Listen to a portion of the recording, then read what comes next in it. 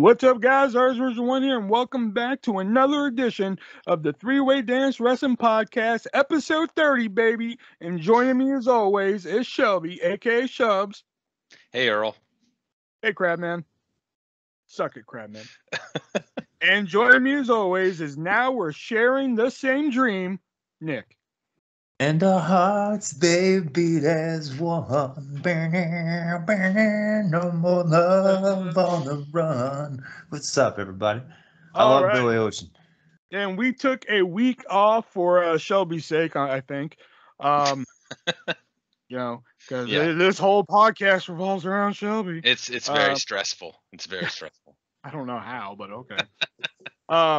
Well, considering some of the shows we make Shelby watch and movies that we make Shelby watch, apparently it is. Yeah. But we are back, and today we're going to review Crown Jewel, of course. Of course, we're going to play our games. It came from eBay, 3-word dance. Damn it, didn't pick a sports solicit a week, but that's okay. We'll wing it. And take some questions and, of course, some news. So let's hop right into it. And even though we're not reviewing that show, looks like Impact Wrestling kind of hit the old reset button this past weekend as they crowned 6 new champions in one night. Every title, 2 which were vacant, changed hands, except for 1. The tag team titles did not change hands. The Good Brothers are still the Impact Tag Team Champions. But the Inspiration of Jessie McKay and Cassie Lee, formerly known as the Iconics, captured the Women's Knockouts Tag Team titles.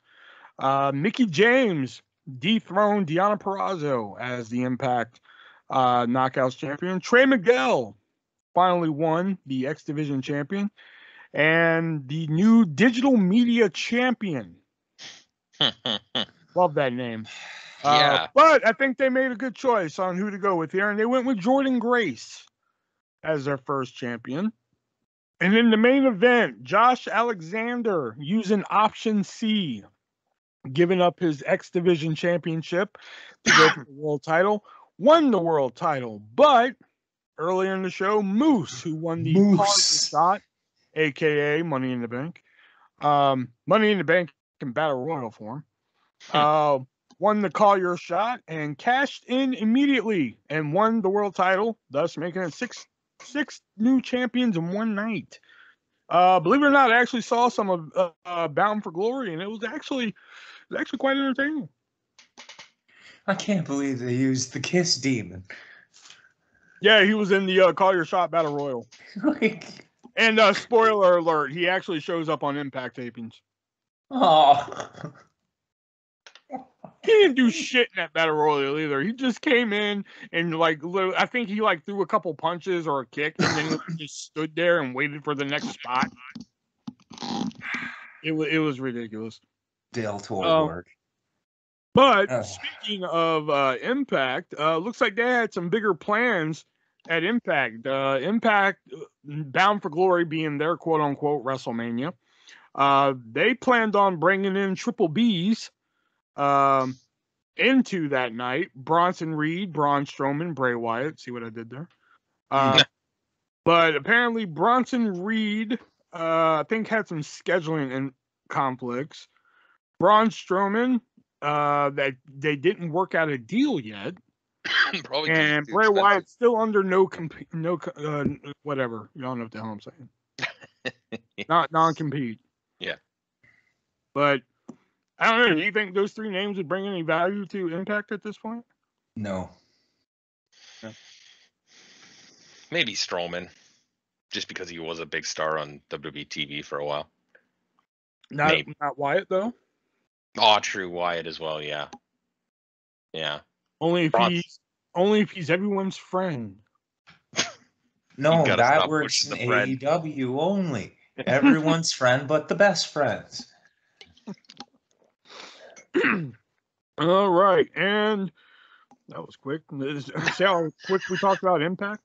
But almost like they should have been shot a long time ago. Yeah, I agree, though. I mean, nice that they're still hanging in there, but sometimes I just watch this product and I'm just like, why? Their partnership with AEW is done. Oh yeah, I forgot to write that down. the elite is now just Omega, The Bucks. The Bucks, Adam Cole, Brandon Cutler, Don Fallis, and Michael Nakazawa. But are Cutler and Nakazawa really part of the elite? Really? What? I mean, they're friends of the Young Bucks, so I guess. Yeah, but that's like you're friends with. That's like, like being friends with the popular girl at school, but she never really invites you to hang out with them and shit. Just only when you're like, it's just the two of you. She won't be seen with you. Exactly, Then again, they've been seen with the Young Bucks on multiple occasions. It's almost like the opposite. They want to make themselves look like the good guys because they're being friends with these losers. Nakazawa and Cutler, I don't count as part of the elite. Okay, so then the other 5. Yeah. 4 and Fallis. No, Fallis. Yeah. Pepto-Bismol looking fuck. And moving on to some sad news. Jim Ross apparently diagnosed with skin cancer again, from what I read. I didn't even know about the first time. Yeah, I didn't know about the first time. No, I didn't either. Yeah, I heard this is the second time he's had it. Damn. But hey, he's beating Bell's palsy, so I'm pretty sure he'll be. I'm pretty sure, he's tougher than a $2 steak. So I mean, just put some more barbecue sauce on it. Look at Don West. He beat brain cancer, so if he can beat brain cancer right now, then I'm pretty sure Ross can beat. Let me put that in better perspective. If Jim Ross has a pinfall victory over Triple H, then I'm pretty sure he can beat skin cancer. Tony Khan. Tony Khan needs to book Don West if Jim Ross needs to take time off. Oh yeah! Oh my God, that'd be so great. I'm filling in for Jim Ross. It's Don West on the week. I'm gonna tweet Tony Khan that, like, please book Don West. Paul White can get more ring time. Just book Don West. I know. Oh yes, yes, that's like my dream. AEW. Don West is all elite. Oh God. Joining the All Elite Wrestling commentary team. Yes. Replacing Ricky Starks. Yes, I'll take anybody. I mean, man, put Don West on every show. I'll let's do it. But have him be like the Joey Styles of AEW. Just make him be one man every show. I'll listen. It looks like we are losing a WWE pay-per-view this year. Have you guys heard which one? TLC. No. TLC. No TLC this year, which I compared to, I think it was last year's show, Good Riddance. Yeah. All the gimmick ones should just go at this point. I'm so sick of them. Well, like Hell in a Cell, I think is okay because, they probably put 1 or 2 on there, which, okay, I can live with 2 Hell in a Cell matches on the card. But, like, when ECW was a third brand, like, they did one TLC show where, like, they had 1 chairs match, which, I mean, they can't do a chairs match to save their life, but still, whatever. Yeah. I've written better chairs matches than fucking WWE has. But they've done 1 chairs match, 1 ladder match, 1 table match, and then a TLC match, which, okay, pretty cool. I can get behind that. But then lately, it's just like, okay, 1 TLC match. There you go. Have fun. And then it could be even that it's TLC, but you win via pinfall. Yeah. Like... And then they had Dean Ambrose, Seth Rollins, and Kurt Angle versus the fucking entire Raw roster one year, and they won. That was ridiculous. Wasn't it like the Bar, the Big Show? It was like the Bar, Big Show, Braun Strowman, The Miz. Oh yeah. Oh, because Kane fucking Braun Strowman got into a brawl or some shit, didn't they? Yeah, something like that. I know it was 7 guys or some shit. Wasn't Bobby Roode on them? I think maybe not Bobby Roode. 7-on-3. Yeah, something like that. It was something stupid. And I'm just like, really? Kurt Angle, just with the stupid vest, was being the dad of the Shield. But hey, we don't have to suffer through it this year because he was just happy to be there. They replaced it with WWE Day 1. Oh, that is just ridiculous. It's gonna happen on January 1st. Oh my God! Called WWE Day 1. my god! Which I'm just like, oh man, I cannot wait for this shit fest that's gonna be. I hope, could that be the return of Vince McMahon's arch nemesis God? I wish. I mean, the trailer in the beginning, and well, better stop it here, pal. That's a Saturday. I mean, hey, God already made a run in at Extreme Rules, so. Oh, right, of course. This I don't think is recent news, but I found this out recently. As you guys know, the PWI Pro Wrestling Illustrated, they release yearly awards and such like that. Or this could be new because the 500 came out recently, and then the women's 50 came out. The 150. Well. 150, whatever. But fun fact, do you guys know who won the Pro Wrestling Illustrated's 2021 or 2020? I think it's 2021. Yeah, 2021 Rookie of the Year. Ooh. Don't look it up. Rookie. Yeah, no, I'm not. Oh my God! I swear to God. Was it freshly squeezed? No, it wasn't freshly squeezed. It was one Pat McAfee. Oh God! What? Yeah. I honestly would have liked OC better. I fucking hate Pat McAfee, man. I want to fucking punch him in the. I'm so. Oh come on, man! His match with Adam Cole was pretty damn good. Yeah. His matches, sure, but he's had how many of them? Like 3. 2. And how many matches has he commentated on? A lot. And other than like when he puts over Roman Reigns, I can't stand his fucking commentary. I'm just amazed that like he actually was picked as Rookie of the Year. I mean, I don't know if that says A, he was really that good, or B, was there just not that many rookies this year? Well, let me think. There was Almas, and there was. I would have picked Pat over Almas. Yeah. Maybe Hit Row. I would have picked that. I would have picked Pat over Hit Row. Bronson Reed? No, I guess he's not a rookie. He just new to WWE. Yeah. John Silver, maybe. Braun Breaker. But I mean, he just like started a couple months ago, or even if that. Fuck! I hate that name. Well, it's here to stay for maybe now. Not Braun Breaker. I wouldn't have picked Braun Breaker, but I probably would have picked Rex Steiner. He seems pretty cool. Fuck. Do you think you would have picked him over Pat McAfee though? No. Joe Gacy's fucked. That character's fucking wacky, man. Joe Gacy. Jeez. He's like licking Harland or whatever his name is, and like, yeah. Harland's pretty much his gimp. Moving on to a topic that we discussed pretty thoroughly in our group chat, but let's bring it up here for the people at home. Kylie Ray going to be taking a break. Kylie Ray going to be taking another break from wrestling. I swear to God, this is like the third time we've brought this up in 32 weeks of this podcast. Yeah.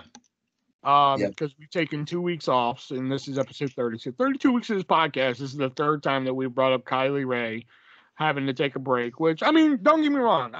Me and Nick, I don't know about Shelby, but me and Nick, we have our mental problems and shit like that. Not to air our dirty laundry and shit, but we have our mental problems and shit.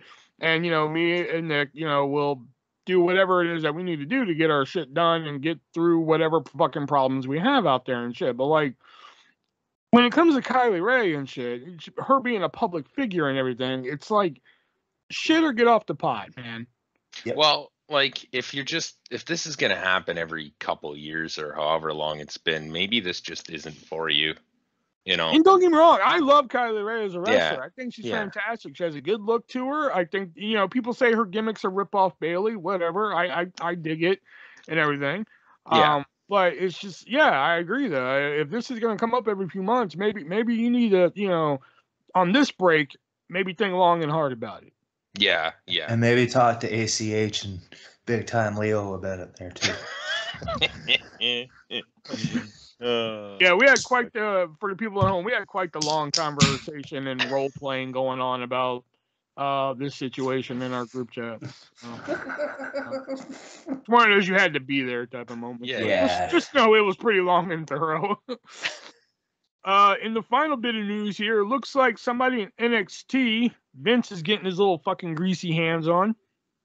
I could finally get my dream, though. Looks like there's a character in NXT that Vince wants to change. That being Undisputed Grimes. Yes! Cameron Grimes.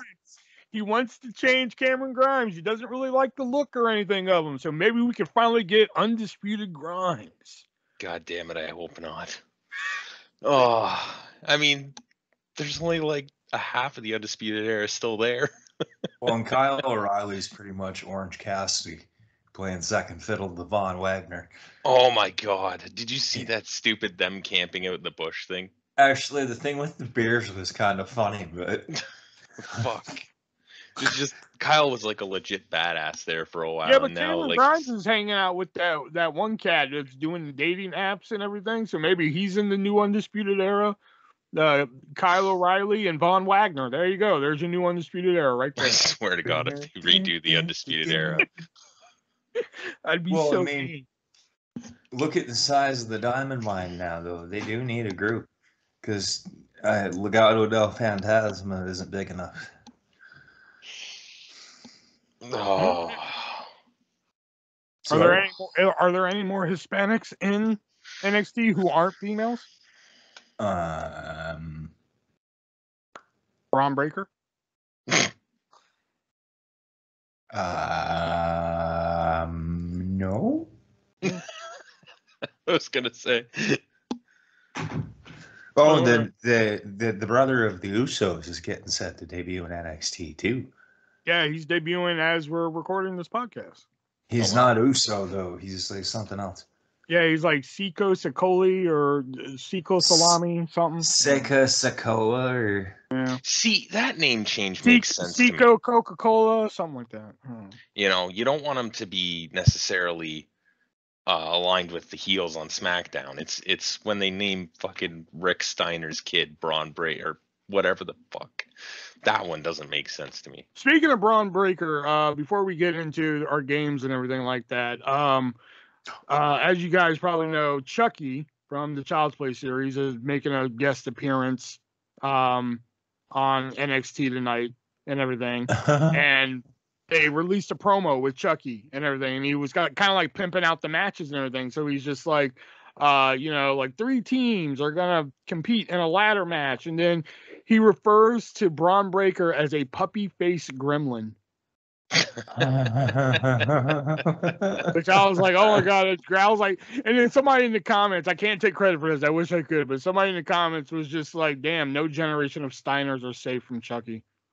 Oh. Which I was like, oh, that is so good. Oh my god. Okay, so yeah, that was all the news I had here. Over the 2 weeks that we've been gone, those are all the rest of the stories that I picked out. We'll probably touch upon in our review of Crown Jewel. So let's get right into our games here that we like to play.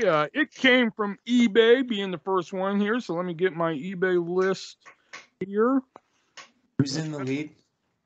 It is Shelby by 1. Okay. The score is 15-14. Bringing it up the rear. There you go. I believe you did win the last one, so. Yeah. I think I did. It was up by 2. So. Yeah. Yeah. So since tonight is Halloween Havoc, let's do a Halloween Havoc item. And this is going to be a hard one because there's not really a market for this type of thing. So this is a fan-made WCW Halloween Havoc DVD set. You get every Halloween Havoc from 1989 to 2000 on a DVD set. Okay. So Shelby, how much is this DVD set going for on eBay? $500. Okay. And Nick, how much is it going for on eBay? I think you're being a little bit generous with that. Holy fuck. I'm going to say 200. All right. And Nick, you get that one because it's only going for $45. Oh Right my on. God. The Royal Rumble one cost me like $500. But you gotta think, Jesus. this is fan made. Oh, I missed that. I missed that. Fan made, so let me mark that off my list. There we go. Let me find another one here. There was like a really weird one I wanted to do. I can't remember which one it was. Okay, let's just do this one. Now it came from eBay's back. We did a box of WWF or WWE Valentines where the box was crushed and it was like $90. This right here is a box of 1999 WCW NWO Valentines. Amazing. The box isn't crushed. It's sealed. So, Nick, how much is it going for on eBay? Oh, fuck. 75. $75. And Shelby, how much is it going for on eBay? 70. All right. Shelby, you get that one because believe it or not, it's only going for $14. Damn. There's probably a lot of those Valentines that say you're too sweet. Nice. All right. So it is tied 1-1. So, of course, it's going to come down to the ass blasters. Yeah. So, Shelby, since you got that one, you have a choice between a WWF movie See No Evil, a Dennis Rodman item, or, you know what, just for shiggles, I found another No Holds Barred item. We'll go Halloween themed here and go See No Evil. See No Evil. I was hoping you were going for the No Holds Barred item. It was like some sort of like Egyptian like I'm sure it'll be on game or something. It'll be Egyptian on the laser disc. That's not what it is. Just Egyptian laser disc. Amazing. Okay, so what this is sometimes when a movie comes out to theaters and such like that, that theater will get like promotional items, pens, such like that. Well, this happens to be a See No Evil promotional shirt. And it just says WWF See No Evil on it for the movie logo, such like that. That's all it says on this damn shirt. Nothing special, no fucking special gimmicks, anything like that. It says WWF See No Evil. Imagine like that logo on the DVD, but they just took that logo and just put it on the shirt. Do you mean WWE? What do you mean?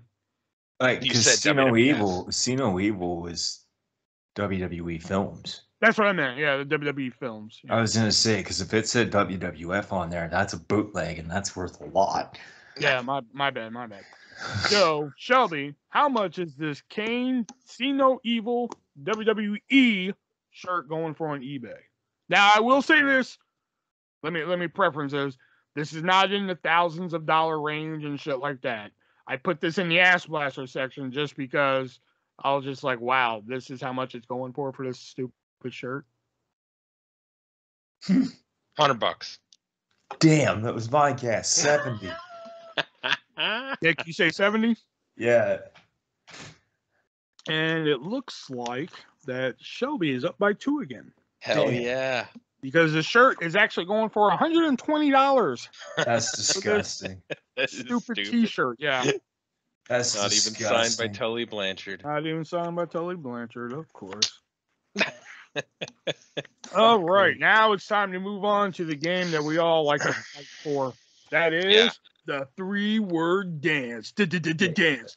Okay. Dance. Revolution. Yeah. So I will kick it off here as usual, and let's go with. Okay, I'm just gonna come right out the gate with a hard one. That's what she said. Yeah, I know, right? Your first 3 words are swamp, tongue, chew. Skinner. Whoa! Okay. Yep, that's what it was. Skinner. Swamp because he did the vignettes in the swamp. Tongue because he had that black tongue, and chew because he would chew whatever the fuck it was to make it black. Wow. Mhm. Yeah, I thought that was a hard one. Shit. All right. So, first three words are beard, Florida, retired. Magnum TA. No, Beard, Florida, retired. I think this one's going to be a bit difficult. Tully Blanchard? Nope. Oh, he doesn't have a beard. No, he doesn't.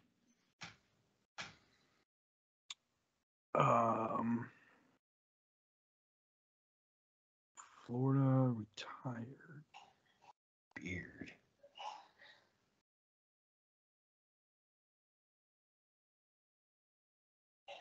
Hint? This isn't really one word, but WCCW. The hint doesn't have to be one word. Ah, fair. Okay. I usually try and make it one word, but World Class Championship Wrestling. Yeah, that'd be technically 4 words if we were Bruiser Brody. if we were buying Nope. by that rule. But, not Bruiser. and I really wouldn't consider Bruiser retired. Billy Well, Graham. no. Is it Michael P.S. Hayes? Nope. Shit, I was. Okay. Terry Gordy. No. He didn't have a beard.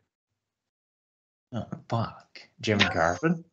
No. I don't even know if he worked in WCCW. I don't think he Well, did. fuck, I don't know. I have talked about this person like once before. Oh, Jimmy Valiant. Nope. Stan Hansen. Nope. Did you say no to Jimmy Valiant? Yeah, I said no to Jimmy Okay. Valiant. That's what I'm thinking of, the Boogie Woogie Man, right? Yeah, close though. It would almost work. I just don't think he spent a lot of time in Florida. And Close. nor is he from Florida. I don't think. Boogie Woogie Man. The Boogie Woogie Man, the Booty Man, the Brutus Beefcake. No. Damn.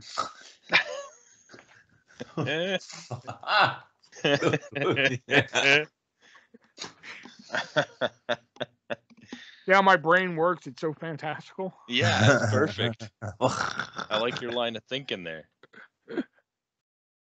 I got nothing, man. Yeah, I got nothing. All right, I give up. All right, no contest. Bugsy McGraw. What the? Who the fuck? He worked a lot in WCW or WCCW, my bad. Florida. He had a battle royal, body slam battle royal challenge with Andre the Giant once. That's you talked about that match. Yeah, but you didn't talk about him. Oh, okay. Maybe I didn't talk about him. Anyways, he was known for his beard. He spent most of his career in Florida. He's now retired, and like I said, he mostly worked for WCCW, or he spent a lot of time there, rather. That's the hardest one I have here. So the other ones, you would know the other two for sure. All right, Nick, go for it. Okay. Cruiserweight. Launch. Camo. Launch? Yep. Launch Camo. Braun Strowman? Nope. Oh yeah, I love that cruiserweight Braun Strowman. Oh, he threw fucking Kalisto one time. Oh.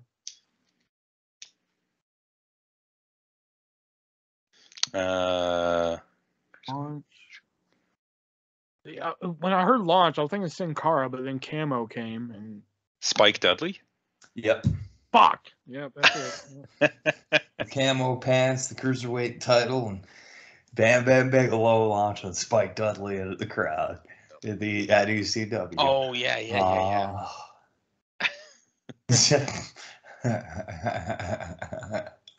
Yeah. All right.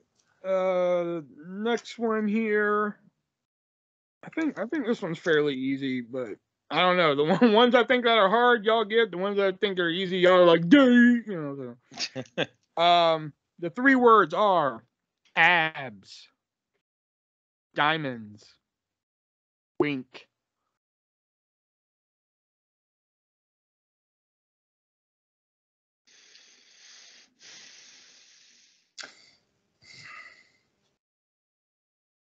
And I've proven my point. Abs, diamonds, wink. DDP. No. Chris Masters. No.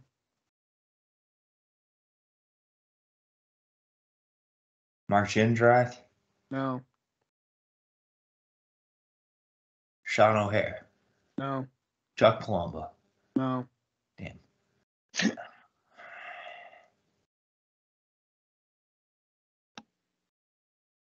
Hint. Your hint is nuclear.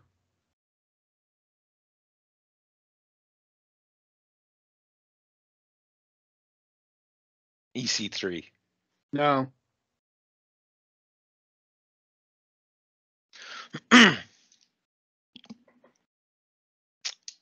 Oof. LA Knight. No.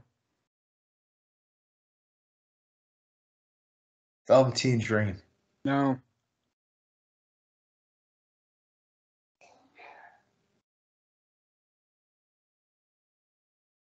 Disco Inferno. No.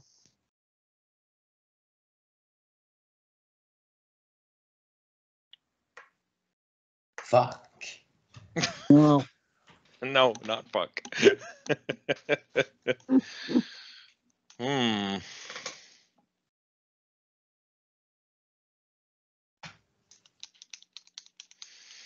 I feel like nuclear means somebody that had a lot of heat, but I might be wrong.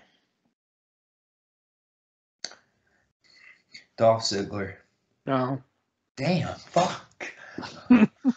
Ah. Abs, diamonds, wink, and your hint being nuclear. Man, I'm drawing a blank. Kenny Omega. No. Yeah.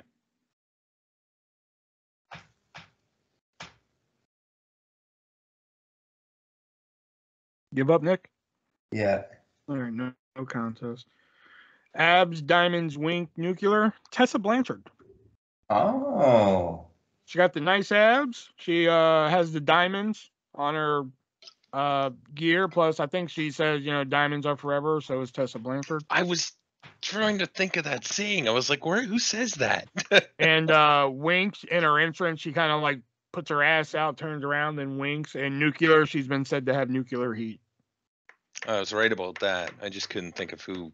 Yeah, I couldn't think of that's anybody why I that didn't say anything when you Yeah. said that. I was just like, Yeah. I ain't saying shit. I was trying to give Nick a hint because I had no idea. I was trying to make him think of something rather. Oh. All right. Next 3 words. Michaels, Mexican, Texas. Nash. Nope. Oh. Texas, Mexican, Michaels. Texas, Mexican. Daniel Paul? Bryan? No, neither. Mexican. I was thinking Nash because I think didn't Nash refer to people as like Mexican midgets or something? Well, vanilla midgets. Vanilla but- midgets. Oh, Yeah. okay. All right. Yeah, Mexican midgets. That's why I went right to Nash. So. Yeah. Michaels, Texas. Jose Lothario. Yes, sir. Damn. Yep. He was the manager of Michaels. He was a Mexican wrestler, and he lived in Texas. And the hint was going to be a manager. Oh, okay. Okay, so first word is 1, like the number 1. And then social. Free. Free? Yeah. One social free. Heath Slater. Yep. Bam. What? How the fuck did what? How? 1-man band. The Social Outcasts. Free agent. Oh. He's run that gimmick now on SmackDown and in Impact twice.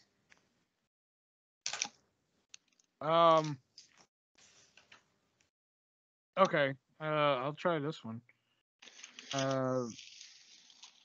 3 words are Oranges? No, not Orange Cassidy before either one of you say it. Oranges? Royalty? Manager.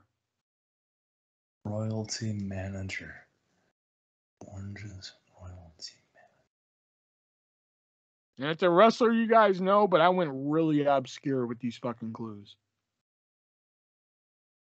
Huh.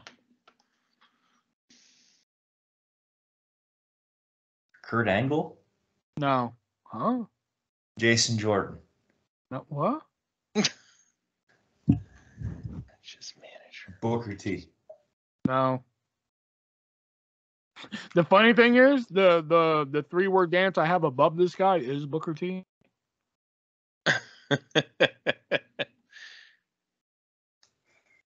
Oh God. Oranges royalty manager.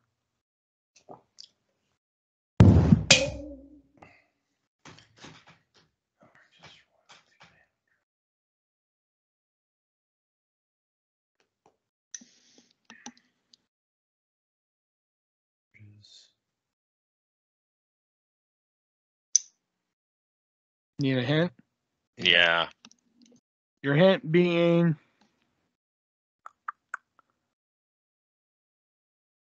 I have a feeling if I say this, it's going to give it away, but I'm going to try it. Flannel.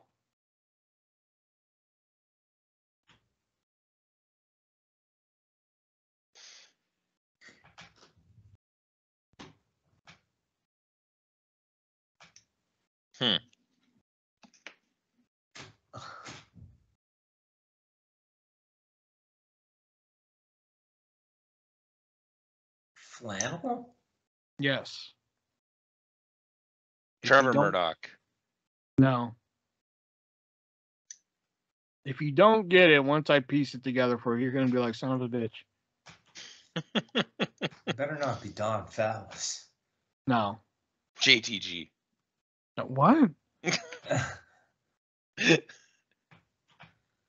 I don't see how. Manager is the only one I can see how you link that to, because at one time he tried to be the manager of Tyson Kidd, but I don't know how any of the other Oh, clues would relate to yeah. JTG. I'm pretty sure he wore flannel at some point to the ring. Good luck finding that. He might have in the NWA actually. God damn. These are just really fucking weird. Oranges. Flannel. Wade Barrett. Manager. No. Eh. Flannel. Manager. Oranges. Oranges, royalty, manager, your hint being flannel. Brock Lesnar. No. What? Baron No, the Corbin. flannel. He's a former king of the ring. Baron Corbin. No. No, Edge. No. Oh. Damn. You're ahead of no contest by 4. If no contest gets this one, you'll be up by 3. Okay, well. I'm out. I got nothing. Yeah, I got Okay. nothing. Oranges, royalty, manager, your hint being flannel. He's a man, such a man. Oh, yeah. He's a Okay. man. Yeah, in the vignettes for Real Man's Man Yeah, Regal, the he was flannel squeezing vest. his own oranges, wore the flannel vest. Royalties, a former king in the ring, and for a short time he was a manager for Ezekiel Jackson. And he was the GM. Yeah, general manager. Yeah, I guess you can count that too. Yeah. I forgot when he was manager for Ezekiel Jackson. He was somebody else's manager at that time. Yeah, too. Vladimir Kozlov. Kozlov. That's right. Kozlov, yeah. Oh, my turn. Shit. All right. My last one for tonight. Your 3 words. Monster. Braun Black. Strowman. No. Bald. Black Bald Abdullah the Butcher. Nope. The Boogeyman. Nope. Damn. Kamala. Nope. Mark Henry. Nope. Big Daddy V. Nope. Fuck. It was, what was it, Black, Bald, and Monster? Yes. black bald monster. Almost. Nope.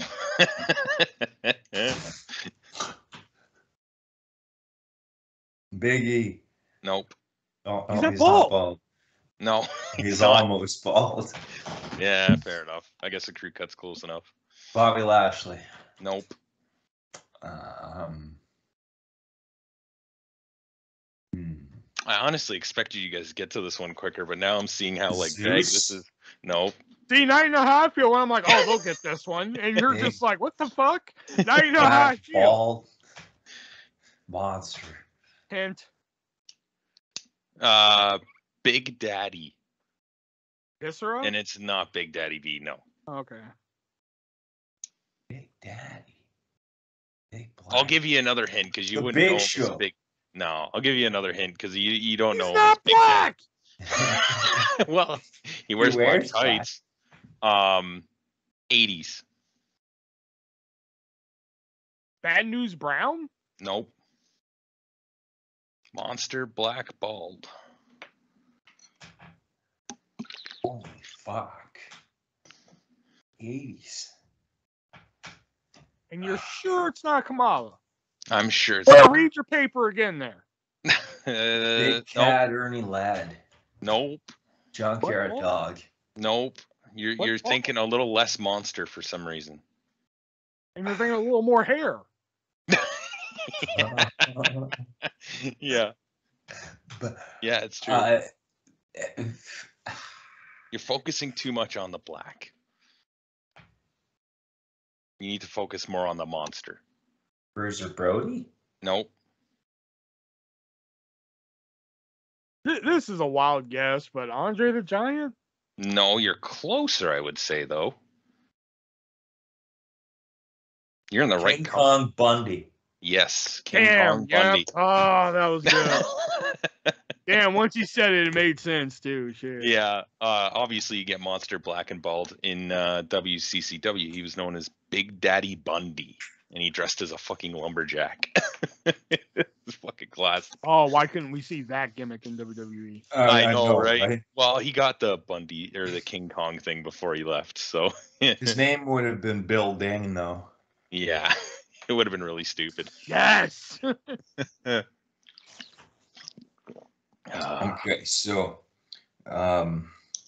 this is the last one I have for tonight too. So Blue Meanie. no. Damn. Bullet. Impact. Switch. Bob Armstrong? No. Brian James, No. Christian. No.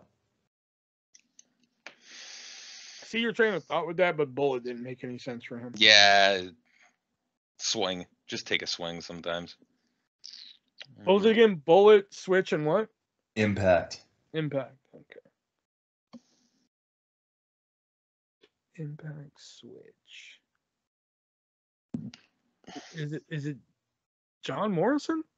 Nope. Bob Holly. No.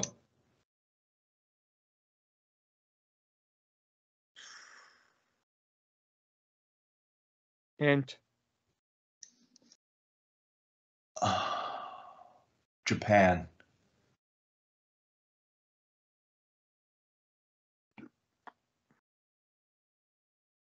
Oh yeah, that helped. Jay White. Yep. Oh damn. So Bullet Club, Switchblade. He's been appearing in Impact recently. He recruited Chris Bay to the Bullet Club. Yep. And well, of course, New Japan. So. Good old Switchblade. And just because I feel like it, just because we missed last week, we're gonna do another 2 out of 3 for It Came From eBay. Okay. Yeah. Because there's one item on here I really want to do. I gotta find it again. Hold on. The bonus round. No, not that one. It's one of the common ones. Oh shit! Now I can't find it. Oh, okay, here it is. First one. Shelby won, so he gets scoop. Okay. You know how you go to the ice cream truck when you're a little kid, you can't pick unless you have the pictures and everything. So this is a WWF ice cream bar, ice cream truck sticker. This is the sticker that you put on your ice cream truck so the kids can see it and they can. How big is this sticker? It's just it's one you slap on your ice cream truck. So when you pull up with your ice cream truck, kids can see it and they're like, oh, they have a WWF ice cream bar. And this one features Stone Cold Steve Austin. So Shelby, how much is the WWF ice cream truck sticker going for? $30. $30. Nick? Fuck. $17.95. Nick, you get that one because it's going for $7. Nah. Wow. Yeah. Okay, and another common one here.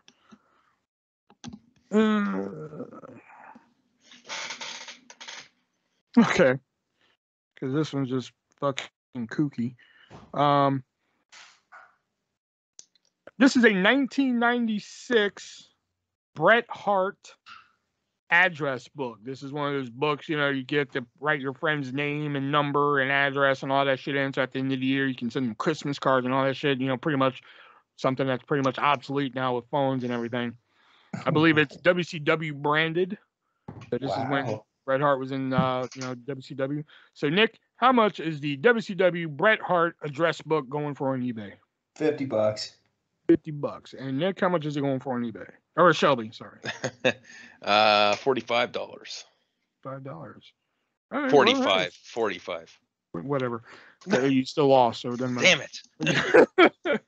So Nick closed that gap again by one because the Bret Hart is going for $94.99. Oh my God. Gross. That's ridiculous. Yeah. For something that you're not even gonna fucking use. I know, right? Fuck. So we already did the ass blaster effect, but we're gonna do another ass blaster just for fun. So again, I'll give Nick the chance here, and I'll give him the choice between a WCW branded item, a Dennis Rodman item, or I'll put the no holds barred item back on the table. No holds barred. No holds barred it is. Come on, Egyptian Laserdisc. So before everything went digital, back in the day, movies that would come out, they would give you what is called a press kit, and it would feature stills from the movie, and it would say like, this still features Hulk Hogan and co-stars in this scene doing this, blah blah blah blah blah. Well, this is the no holds barred press kit, and it features numerous black and white stills from the movie No Holds Barred, featuring the likes of Hogan, the girl co-star, I don't remember her name, but of course Zeus, and the villain from the movie. So Nick, how much is the No Holds Barred press kit going for on eBay? Oh my, the press kit. Is the copy of the film still in it too, or no? No, this is before they gave you a copy of the film with it. Damn. $400.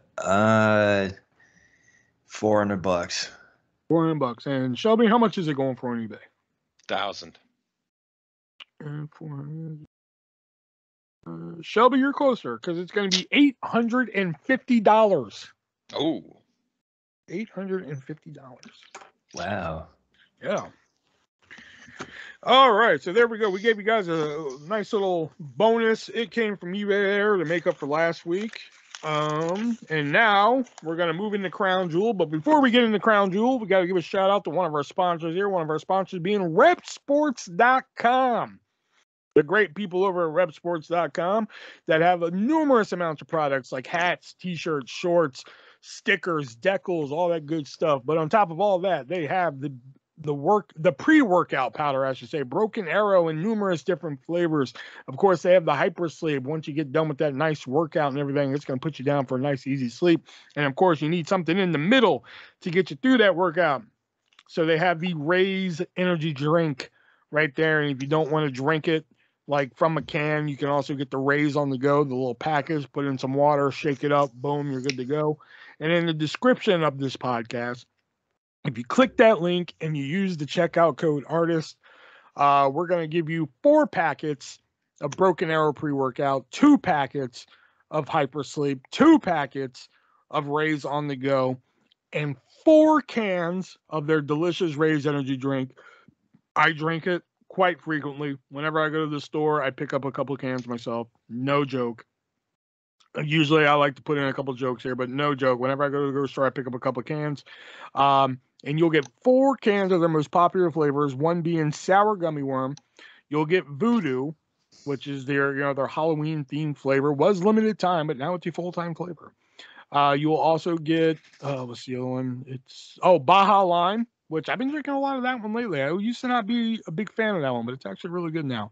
And a 4th flavor that Shelby can tell you about. What's that 4th flavor, Shelby? Oh, that 4th flavor is Galaxy Burst. Oh, that's all you brought to the table with that one, huh? Yeah, I'm into it tonight. Yeah, you're out of it tonight here. Yeah. But yeah, it's that 4th flavor being Galaxy Burst, and on top of all that, all we ask is that you cover the shipping, which is $10. And I bet you're wondering, like, hey, why I gotta pay $10 for something that you're giving to me for free? Well, on top of all that, we're gonna give you a free $10 gift card to repsports.com just for trying the stuff, because you're gonna love it. You're gonna want to come back. Okay.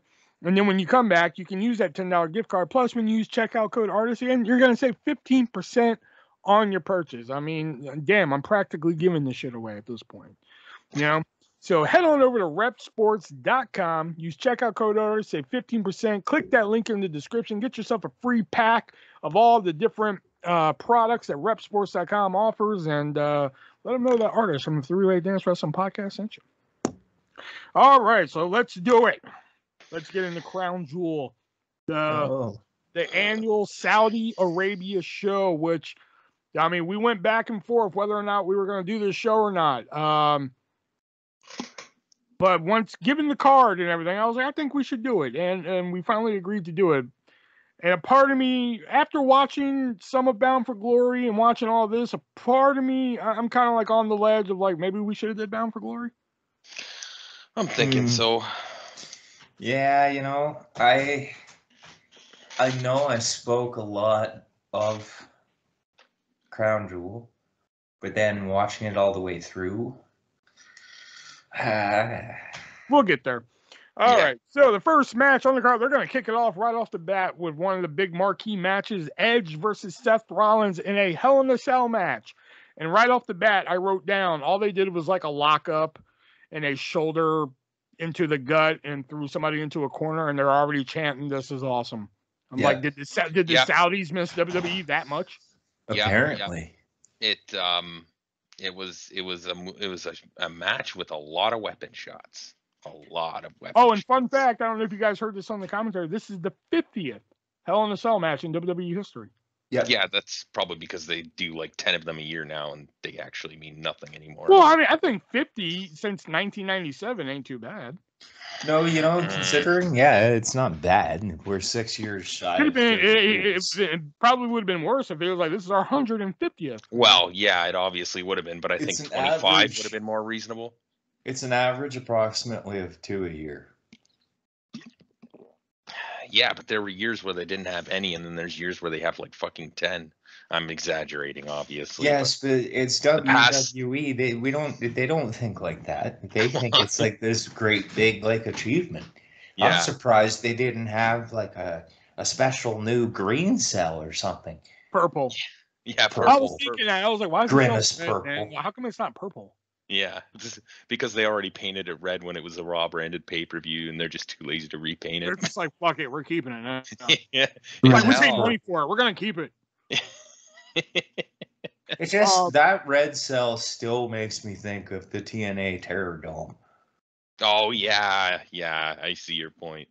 Yeah, for sure. Edge hits the Impaler or Execution, whatever you want to call it, early, and then he goes for a pinfall, which I found kind of weird that he went for a pinfall, but I was like, how funny would it have been if that was the finish right there? Yeah. That would have been amazing. They probably still would have chanted, "This is awesome." I know, right?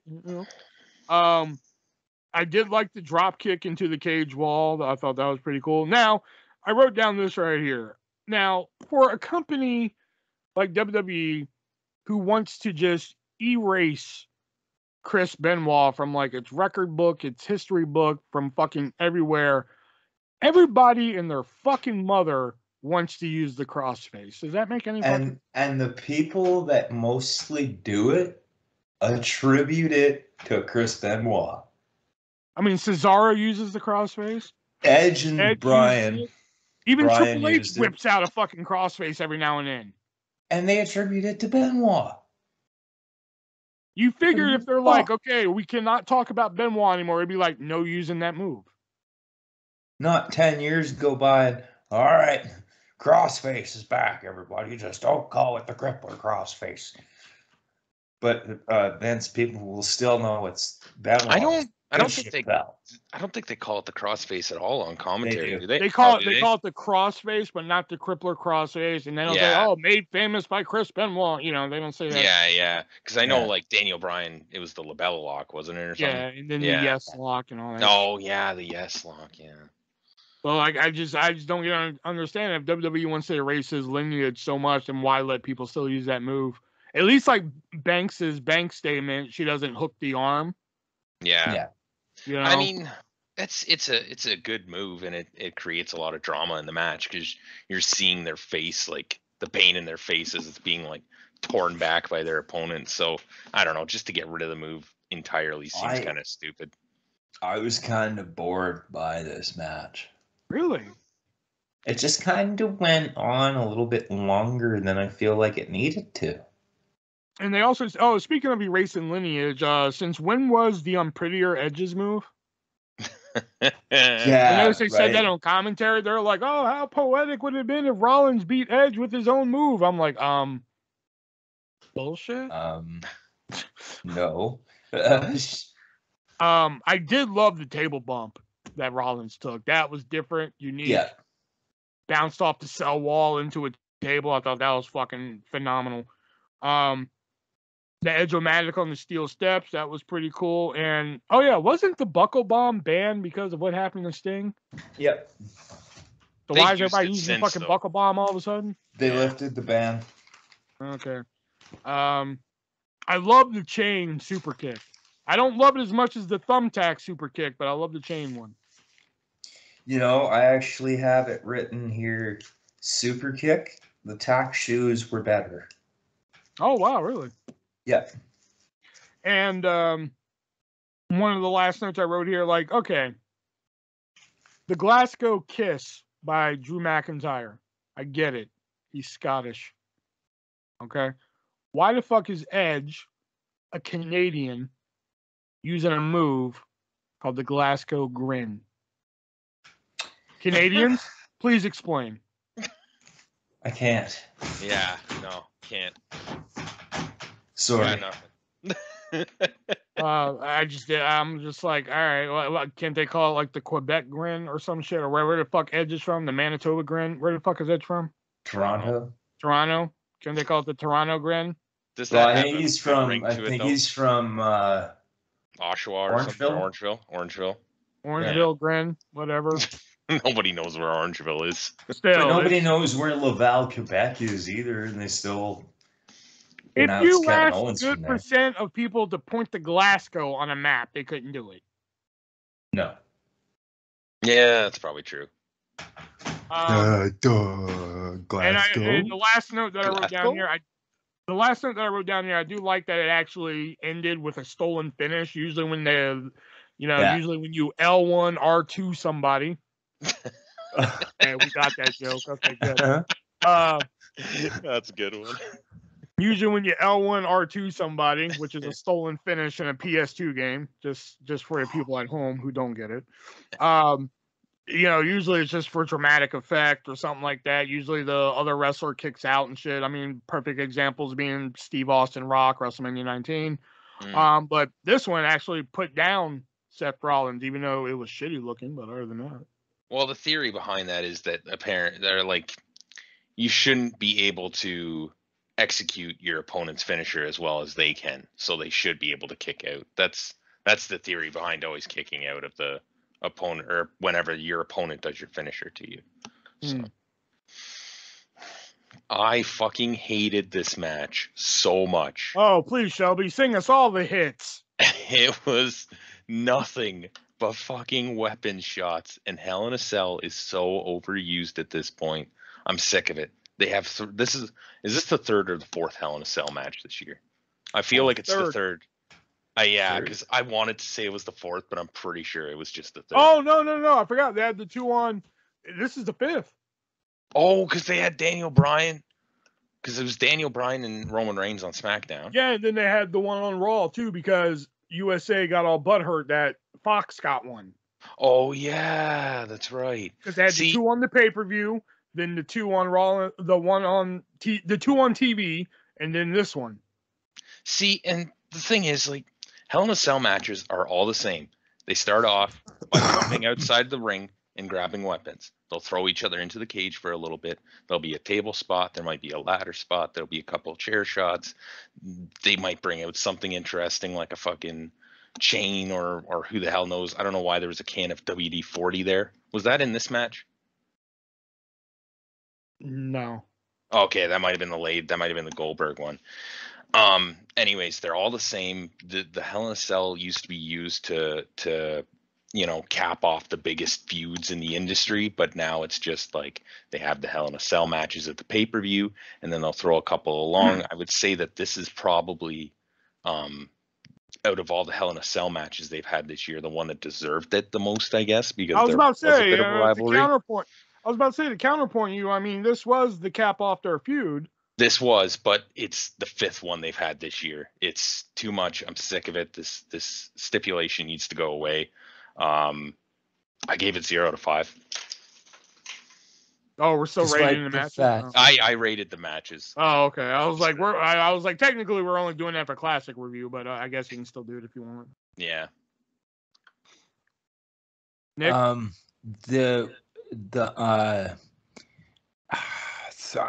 Hell yeah. As much as I thought it was boring, I gave it 3 stars. I didn't give it a star rating, but like I what I wrote down is what I liked. You know, I really liked the table bump. I really liked the chain super kick. Some of it I was just like whatever. It was just, it was just there to be there, pretty much. Get the Saudi crowd hype, which, I mean, if you listen to them, they were pretty hype. They were into it. I will say that. But I mean, overall, it was just, it's like I'm glad it's over. Yeah, 100%.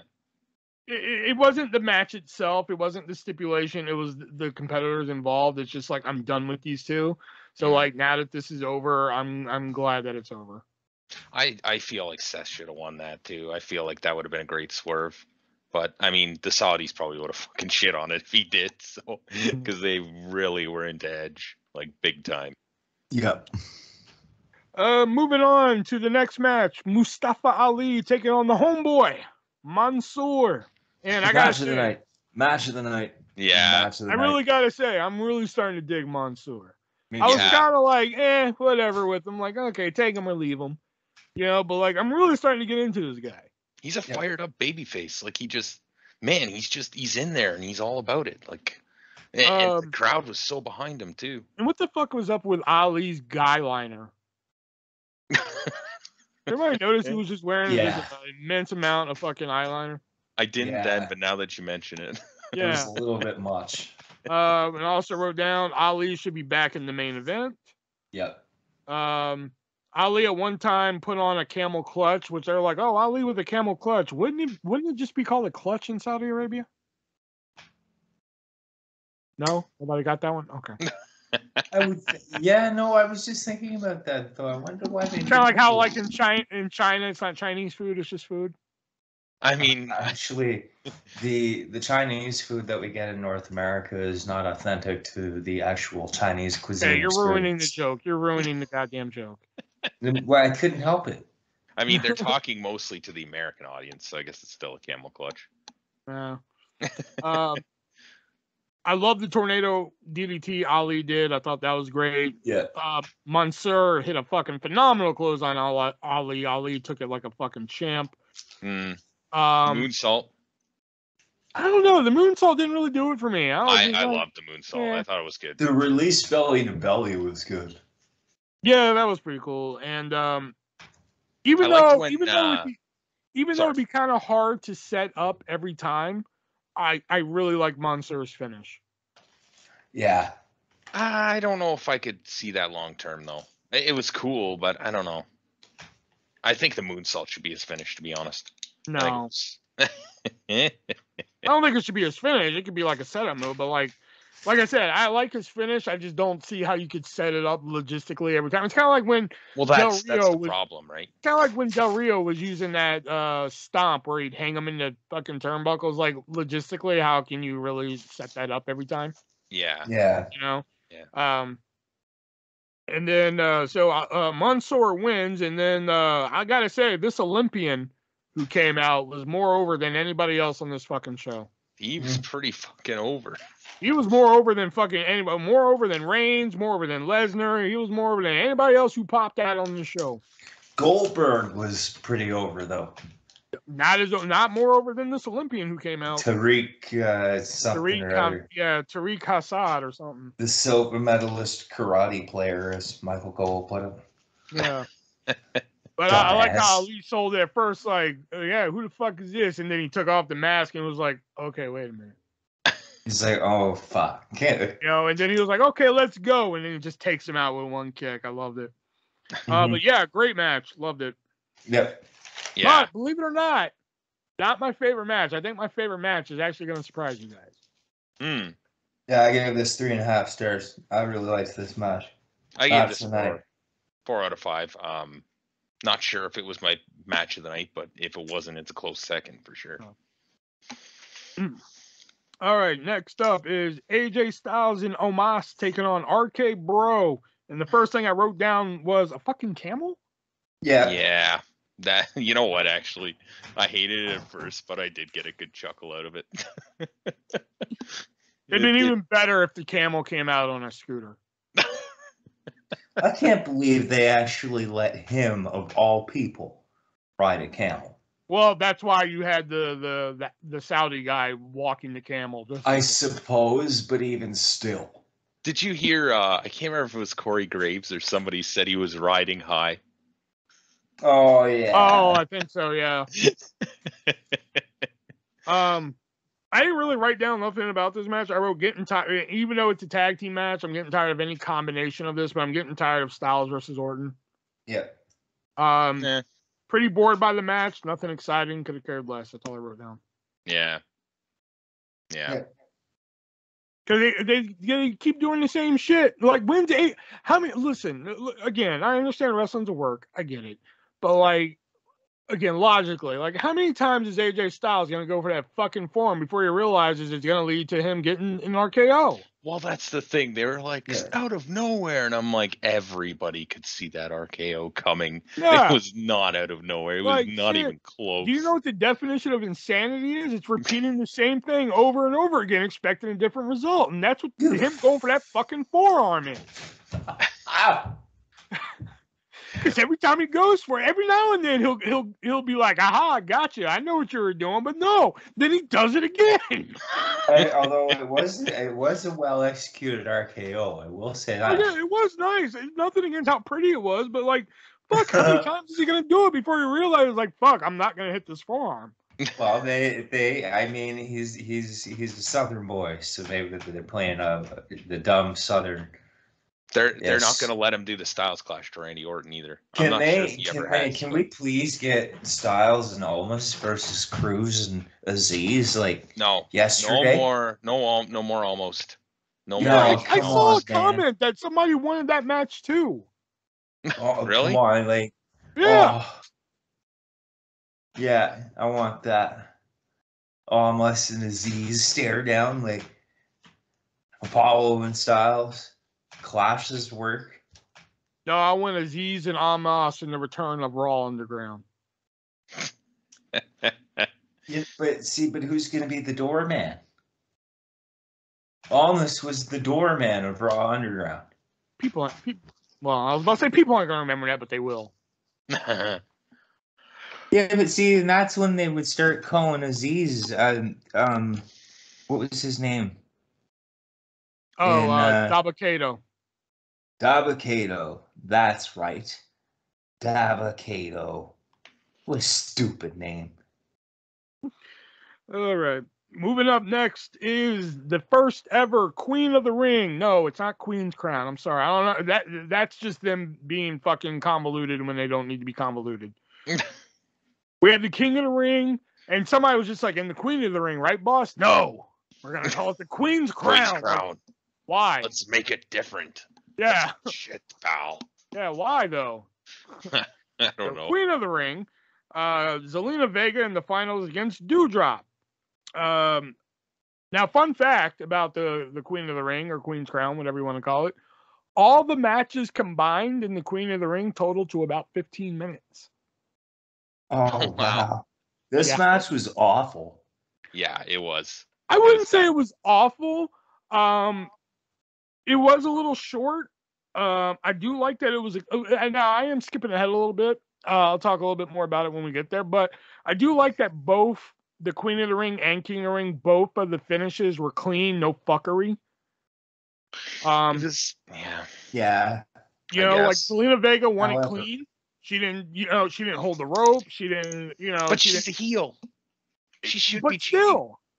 She should be cheating. That's how heels win. I liked it. I did like the DDT that Vega hit on Doudrop, and Doudrop did hit this nice spinning side slam on Vega, which I thought was pretty nice. I did, like I said, I liked the clean finish of it. It was no fucking masterpiece or anything. It is not my favorite match of the night, but I enjoyed it for what it was. Was it too short? Agreed, but I thought it was decent for what it was, for the time that they were given. Should they have had more time? Absolutely. But I liked it for what it was. I thought it sucked. Yeah. The right person won. Yeah. Doudrop seemed to be unsure of herself. Shayna Baszler should have been the one that won that tournament. However, I think it was based entirely on who would go to Saudi Arabia to begin with. Wow, that's probably. Well, I knew who was winning Doudrop and Baszler by who won Vega and Carmella. If Carmella would have won, then it would have been Baszler in the finals. Since Vega won, I knew it was going to be Doudrop.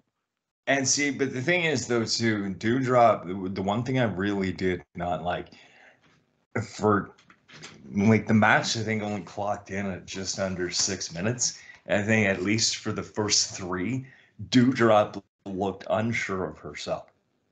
From the very first strike to Zelina, to like midway when finally she was like getting into control of the match, it was just like, damn. I did not like that match. I think part of the reason for that is just because they got to wrestle in awkward gear. Yeah, exactly. How do you feel comfortable in that country when you're a woman?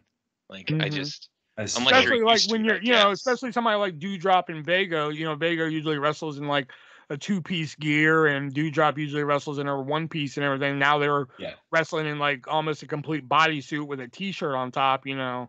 It almost, like, because of that, it almost looks mud show, just because of like the clothes that they're wearing. It reminded me of that stupid titties and the thumbtacks match you fucking showed me, or whatever the fuck that was called. Titties and the thumbtacks. And it just like the whole match to me felt clunky. I just didn't care. It brought the house show aspect to Crown Jewel.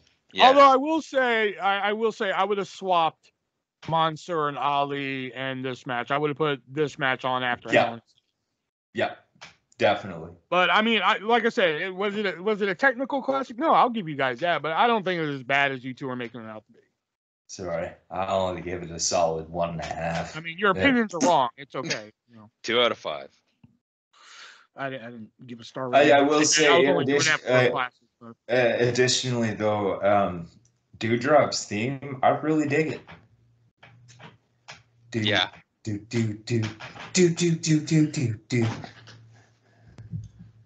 All right, coming up next is the quote-unquote murder of Lashley. Goldberg versus Lashley. So the first thing I wrote down is I think this is longer than all of Goldberg's matches combined since he returned. Yeah. In the promo, Goldberg said he's gonna murder Lashley. No holds barred doesn't make murder legal. In the WWE, it does. All I could think of is Zack Ryder. No, it was Kurt Hawkins talking about Mark Henry backstage during the John Cena JBL match. Since when is murder PG? Goldberg. Oh, apparently Goldberg got slack for that too, for saying that he's gonna murder. Well, I bet he got slack for that online, but then like he just ran with it. He just kept saying like I'm gonna kill you and all this shit. They put it like 4 times in the fucking package. Yeah. The commentary getting heated was great. Like Colby and like I have a child, Graves, you do too. If somebody gets it, and Graves got so heated, like fucking, I was like, ooh, commentary's getting hot, and I'm like, I don't want to see Goldberg. And then by the end of it, I was like, huh, that actually wasn't bad. Oh, wasn't bad. Oh, I did like Lashley wiggling his legs in the jackhammer. That was a little different. Usually everybody just sticks their legs straight up. I did like that. You know, I've mentioned this before in my idea book. There's an episode idea for like wrestling cliches that need to be stopped, and I think this is one that like they're killing this spot. All right, and I'm gonna talk. I'll say what the spot is in a minute. But there's a certain spot, and this goes for all spots. For certain spots in wrestling that are really cool, you can use them and they can be really cool. And if you use them sparingly when they happen, they can be really fucking cool. But if you use them like taking what Shelby said about fucking Hell in a Cell, or if you use Hell in a Cell sparingly, it can be really fun. But we've had 5 Hell in a Cell matches this year and 2 of them were no good. Yeah. You know, according to Shelby, they all suck, but whatever. You know, but the one spot that they're fucking killing with me, it's like you see the spot coming a mile away, and it's no fucking fun anymore for me, and that's like being plowed through the fucking barricade. Yeah. You know, like when they first started doing that spot, it's like, oh my god, that's fucking incredible. But now when like everybody goes to the timekeeper spot, it's just like, oh god, come on. Question for you, actually. That fucking spot. When was the first time you remember seeing the barricade spot? Didn't Roman Reigns do it to somebody? It was before that. Really? Was it? Yeah, Royal Rumble 2005. The triple threat match with Big Show, JBL, and Kurt Angle. Yeah. Huh, that's the first time I remember seeing it. But it's been but now lately it just feels like every big Haas fight, someone's going through that fucking barricade. Yeah. You know, and it's just like at first it's fun, but when you keep fucking doing it, it's just like, okay, you know. Can't mess it if it won't go away. Yeah. Yeah. Yeah.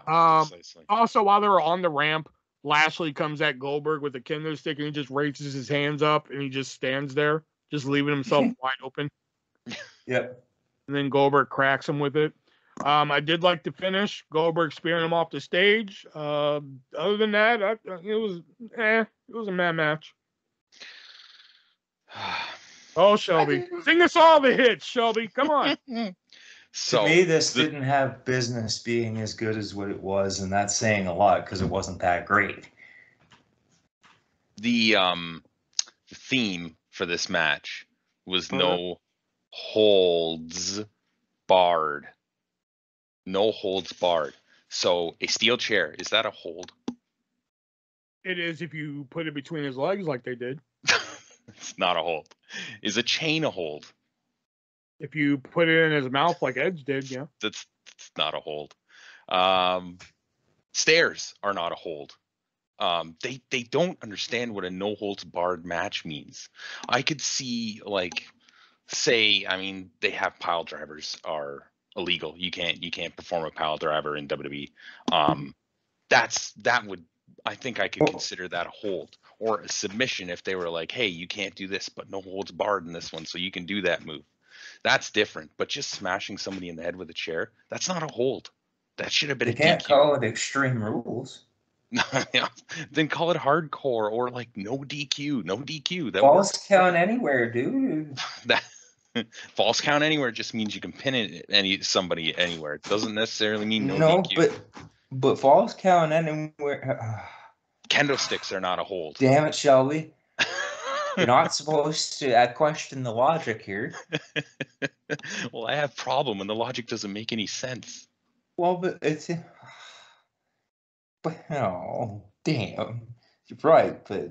Yeah, 0 out of 5. You're not supposed to think about that. I give it a solid 2.5. Oh, I thought it fucking was hated alright. it. Hated it. Good for Goldberg for actually keeping me entertained in 2021. I was amazed that this match just wasn't spear, jackhammer over. I was amazed by that. I am too, but I feel like that would have been better. Lashley walking away, I think, was good to protect Lashley. I wish they would explain why the Hurt Business is back together. Didn't they get back together on Raw or some shit? Yeah, but there was no rhyme. I think the simple explanation is just like Cedric Alexander and Shelton Benjamin don't want to be fired. Yeah.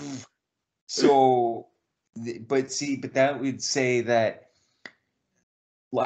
between Benjamin and Alexander, they lobbied to creative to put them back together so they didn't get fired. Which means they'll still probably get fired. Well, at some point, sure. Well, but yeah. I mean, Cedric can't afford to get fired right now. He can't afford to be going all elite with Swole. Swole can't even make the main show, which is like Rampage. Well, she would have to be good to make those shows. That is a very big key to making it on a show, especially when you have like CM Punk and Daniel Bryan and maybe if she were more gooder, maybe she would be on those shows. More gooder? That's not even a fucking word. All right. Moving on to the finals of the King of the Ring. Prince Balor taking on Xavier Woods. I didn't really write down a lot of notes for this match. I was enjoying the match. I just wrote down a great tilt-a-whirl leg sweep by Woods. All around, I'm not usually like Shelby where I just look for the wrestling. I look for a lot of spots. Yeah. I was looking through the story they were telling with it. But I wrote down all around a great wrestling match. And again, no fuckery. There was no fuckery here. Finn Balor put over Woods clean. There was no fuckery by Kofi or by anybody else or anything like that. No red heartbeat, none of that bullshit. Well, that's a good thing. That makes it better than that match already. Woods hit the limit breaker for the win and became the king. I thought it was a great match, but still not my favorite match. Decent match. Nothing special. Babyface versus babyface is a little hard for me to get into because I don't know who I'm supposed to be booing. Not sure how I feel about Xavier being king. I didn't really think I needed to see it. I still think it should have went to Balor. But like I said, decent. I'll go 3 out of 5. This one. Yeah, but Prince King Balor, that doesn't make any sense. He just turns into King Balor. I also say 3 out of 5, but I hope that it leads to like King Woods. That's what I wanted. I was going to write it in the news cycle, but I didn't. That's what it's led to. The official name changes are in, and the official name changes are Queen Zelina and King Woods. I hope, though, that King Woods ends up turning heel. See, he's not the one I want to see turn heel. He's so consumed by being the king. He doesn't realize just what it's done until it's too late. And he's like beating the fuck out of Kofi with the scepter. Big E comes out. Bro, what are you doing? What are you doing? And he just beats up Big E. Says, I'm going to win the Royal Rumble. I'm taking that championship. Oh, hail the king, baby. And he becomes Adam Cole? Like what? No, but... they kind of say that. They say today, baby. Yeah, that's more of a the way Nick said it was like baby. Yeah. Like, and he becomes Adam. Hail King Woods, baby.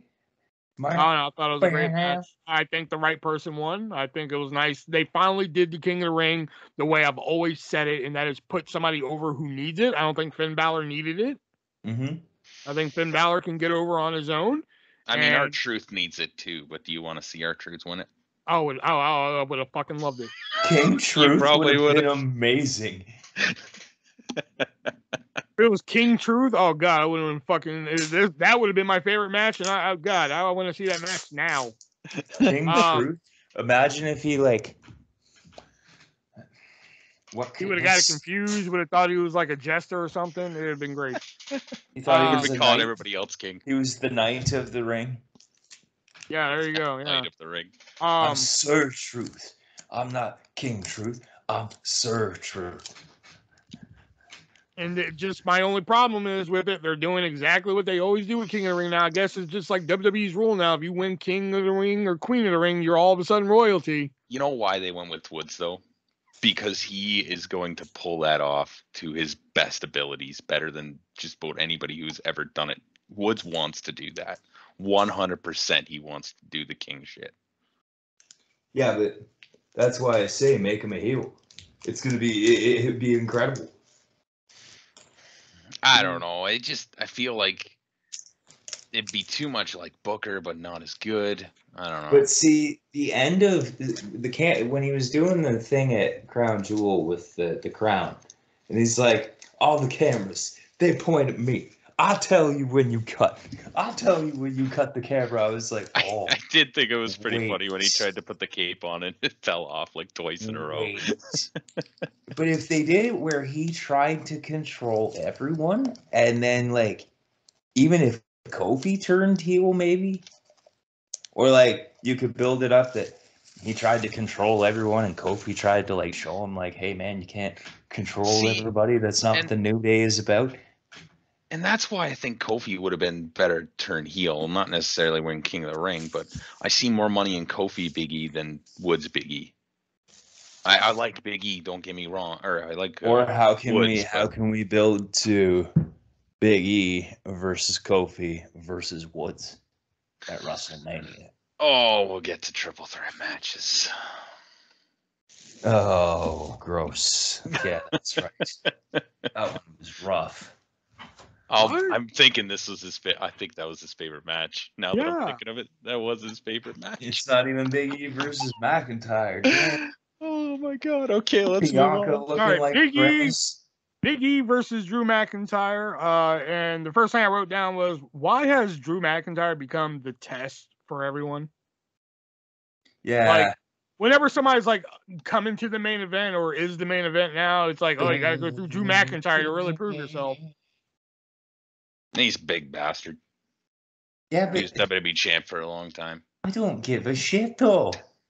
I still like him, to be fair. Scottish fucking Sheamus. Scottish Sheamus. There was a lot of the sword. Yeah, speaking of the sword, I forgot to write that down. How come he doesn't stab it into the ground anymore? I fast forwarded through his fucking entrance because I'm like, I am so done with the stupid sword thing. It's just fuck. And they were doing so many belly-to-belly suplexes, I was getting Triple H versus Scott Steiner vibes. Oof. Then everybody started chanting, "This is awesome." I wrote down, "How is this awesome?" Yeah, me too. I was just like, what? Oh yeah, and then I forgot what move it was, but there was a moment where, after the Bulldog from the top rope by Drew McIntyre, Cole said Big E kicked out before he actually kicked out. Oh yeah. Go back and watch that spot, and you'll see like the Bulldog from the top, 1, 2, and kick out, and then Big E kicks out. It's like, huh? It's like he knew he was gonna do that. Yeah. You know. I wrote down it was another meh match. I really didn't care for it. I really could have cared less. Yeah, me too. Yeah. See result of last match I wrote. I couldn't. I had a hard time getting behind Drew because I knew he wasn't gonna win.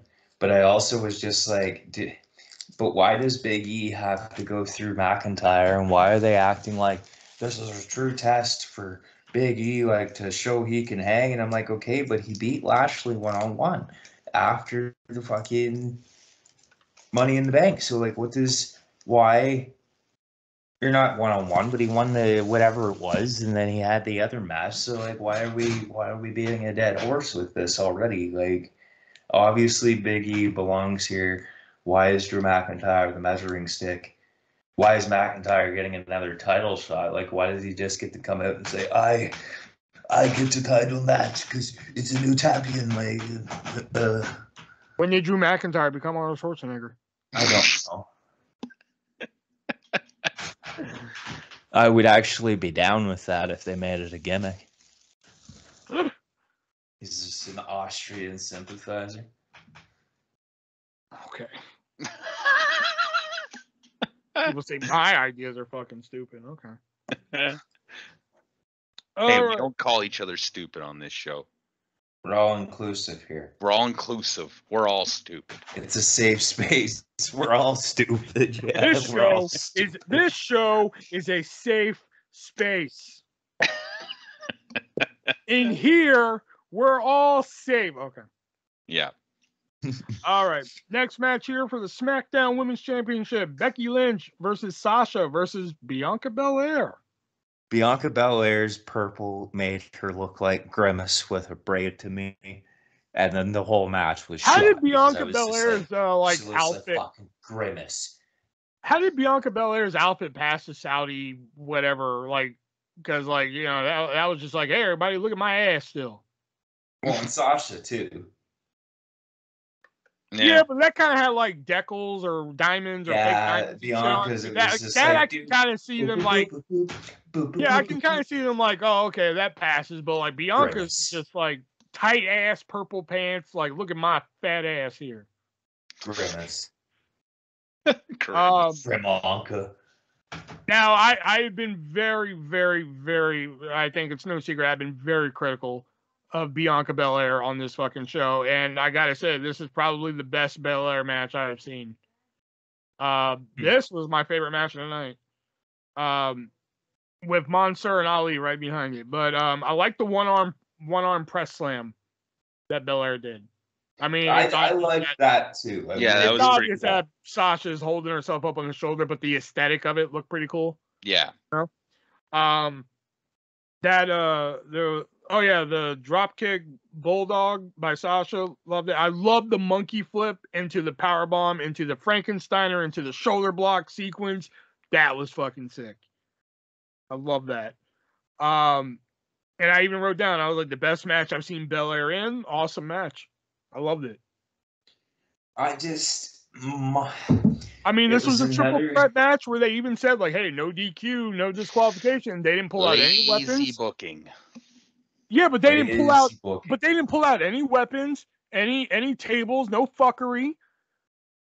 There was so much obvious cooperation, though. Like, every single time 3 of them were in the ring together, there was an obvious cooperated move.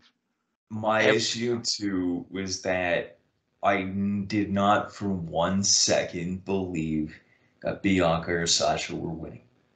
And that just threw the whole match for me. Like, in addition to the fact that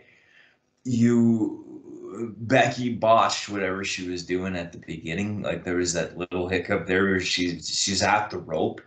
And, like, even Cole was like, we're not really sure what Becky was doing there. And I'm just like, and that's when I was like, Bianca Belair's outfit looks like Grimace.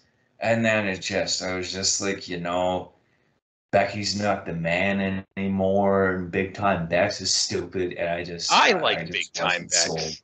I don't because I have. It's simple yet effective. It's very simple, but it gives the message. The man was good too, but you got to switch it up every now and then. The man. Why couldn't she have been the mom? The ass kicking mom. No, it's stupid. I'm sorry, but nobody wants to get their ass kicked by a mom. That's embarrassing. But see, most things happening right now are stupid. If you just acknowledge the stupid, it might not be so stupid. I don't think that's how that works. But think about it though. Okay. Embrace the hate, right? You embrace the hate. Embrace the hate. Yep, I get that. So, but think about it. Acknowledge the stupid. If you acknowledge the table. No, but if you acknowledge the stupid, the tribal chief, and you actually like say like, oh hey, I like this stupid, then change the stupid. Case in point, Otis with the oh yeah. Everybody started liking that. He ain't oh yeah anymore. In fact, he doesn't have his tag team partner, his girlfriend, his beard, his hair, or even the oh yeah. See what I'm saying here? I guess. I still Start acknowledging the stupid, and they'll change it. So the more people like Braun Breaker, the more they will be like, huh, maybe we should have went with Rex Steiner.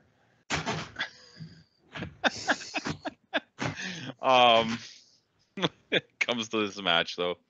I would love to see a triple threat match where the heel and we've seen a lot of triple threat matches this year. I have not seen this to my recollection. Beginning of the match, heel just jumps out of the ring and just lets the two baby faces go at it. Like that's what a heel should do. In Miz hasn't been in any triple threats of note. I don't think who I was thinking of would actually do that, and I don't know if he's been in a Miz. No. A triple threat match on AEW is. I'll bet you that'd be an MJF thing. He would totally just jump out of the ring and fucking stand there and be like, "No, you two go at it." Yeah, I could see that. They did the stupid catching of Becky Lynch and what are we gonna do with her? You know. That spot was dumb. Yeah. I didn't like that, and Bianca was down. I think it was Bianca was down, and Sasha put the bank statement on, and Becky put the disarmor on. And if Becky was going in for that, and Sasha already had the other hold on, wouldn't you just take Sasha out and put the hold on Becky? But see, when you question WWE logic, that's the bad thing here.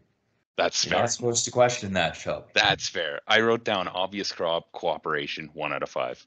Lazy booking, 2.5. Lazy booking, 2.5. Wow. Finally, I find the fucking one Bianca Belair match I like, and it's the one you two fucking shit on. Yeah, I think this is my least favorite Bianca Belair match that I've seen. But I've only seen the pay-per-view matches, to be fair. Dude, boop, boop, boop, boop, boop.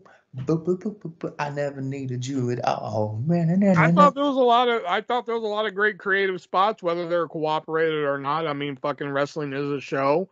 It is fucking circus. Yeah, with but clowns. It's a fucking circus with dancing clowns. I know, you can't do it all by yourself. When I go watch a magic show, I don't want to see how the fucking illusion is created. I don't want to see that portion of it. And to counter what Nick said, Nick was like, I already knew that Belair and Sasha were not going to win, so it kind of took me out of it. Well, I mean, my counterpoint to that is it's not about the destination; it's about the journey. But if it's about the journey, then how do you explain every single house show being the same and the match being the same? Well, I don't go to house shows. Fair. Man, all right. Point. Damn. For that point, I don't go to house shows. All right, I love the match. For one time, I actually liked the Bianca Belair match, and I thought this was one of the matches where I was like, okay, I still don't really get her, but like I'm kind of getting it, But like, I still don't love her, but this is probably the best match I've seen her in. I really like the one spot where I think Banks had the bank statement on, and she did that springboard moonsault shit to break it up. I thought that was pretty cool. It would be a great way for Bianca to turn heel? If she undid her braid. And that's just hair. Just. You have smoked yourself retarded.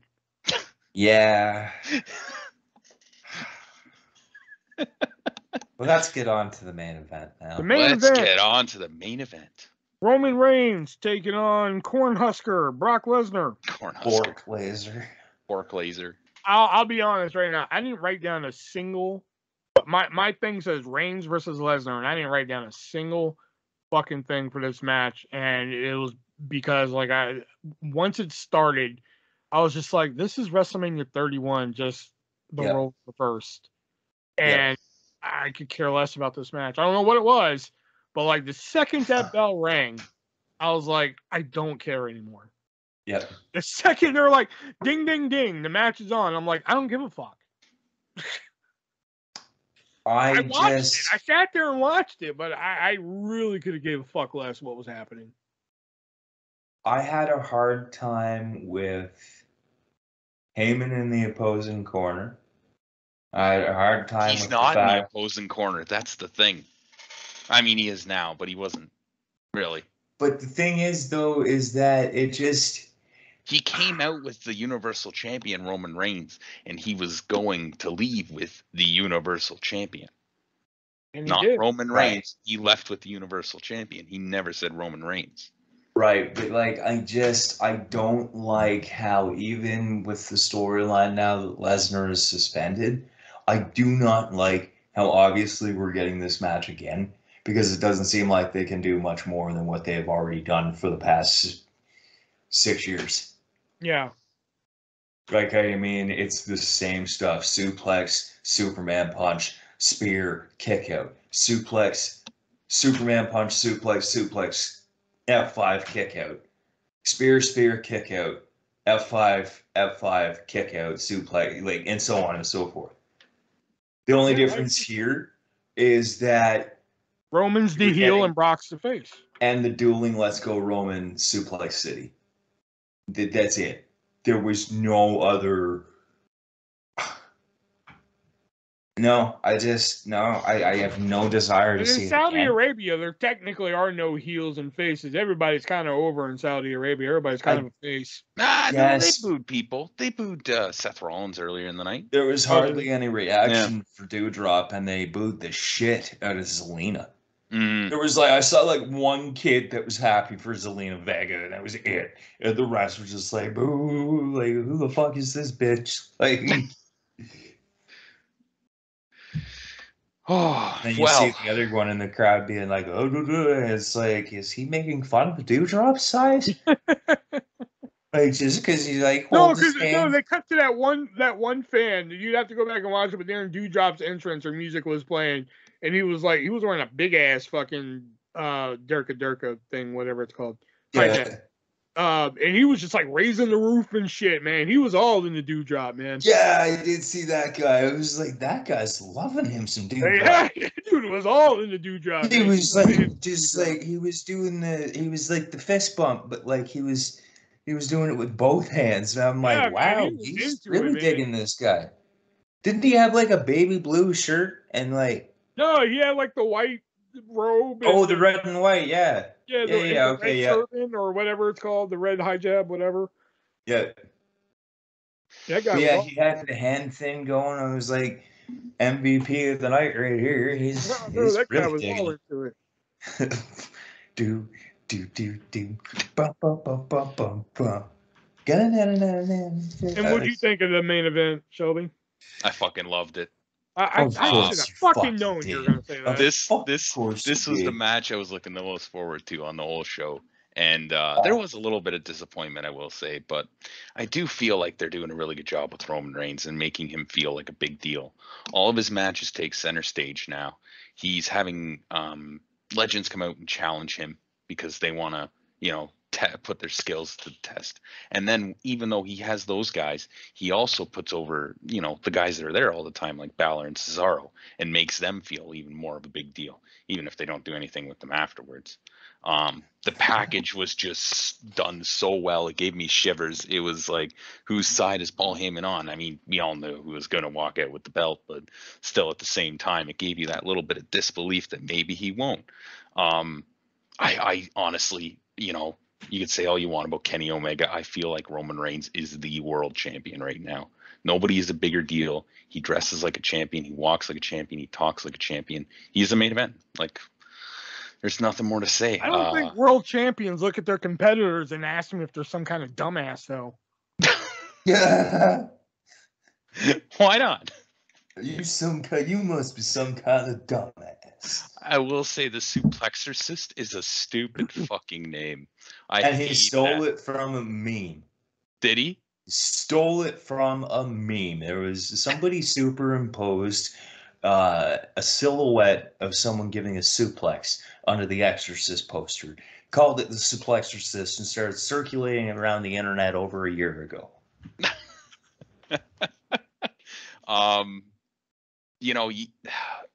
nobody's joking around here. It's not like a Kenny Omega match where he's coming in, you know, all smiley and goofy and shit. These dudes are like they're looking for a fight. They're ready to go. I love the outside dive that Roman did on Brock Lesnar. That was a great dive. It looked like it would have fucking hurt anybody. The finisher kickouts were. Well, yeah, I'm pretty sure if I threw a 270-pound brick through the air and it hit you, I'm pretty sure it fucking hurt. Yeah, it would fucking hurt. It hurt a fucking lot. The finisher kickouts were a little much at times, but yeah, World Championship match. It's happened 50 times on this show already. This is the last match. I'll give it a bye for that.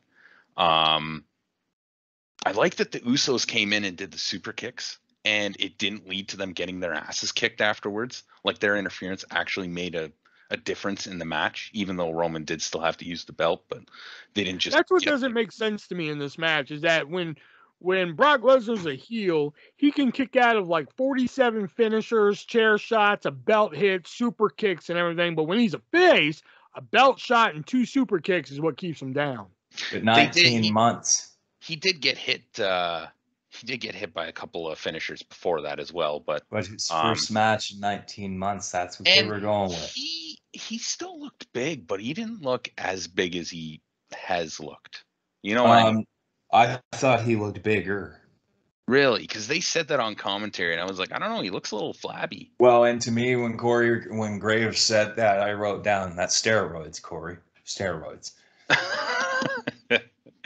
I love the Paul Heyman part in it. I think like him being in the middle and not sure who to pick was just great. It was a little quick, but yeah, I love this match. It was 4 out of 5 for me, and if it wasn't match of the night, it was second to Mansoor and Mustafa. And I'm looking forward to Brock Roman too. I give the overall a 7. Match of the night was definitely Ali and Mansoor, but Lesnar and Reigns was not what it could have been. It wasn't even the equivalent of what their match at 31 was before Rollins got into it. Like, it just wasn't. It just wasn't. Fair enough. I wasn't feeling it.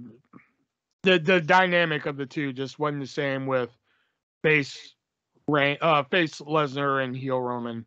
I mean, don't get me wrong. I mean, Reigns as a heel is fantastic. I'm not. Lesnar is a baby face. I get it. Lesnar as a baby face works. It's worked before. It has. It's just in this scenario, in this dynamic, it just did not work for me.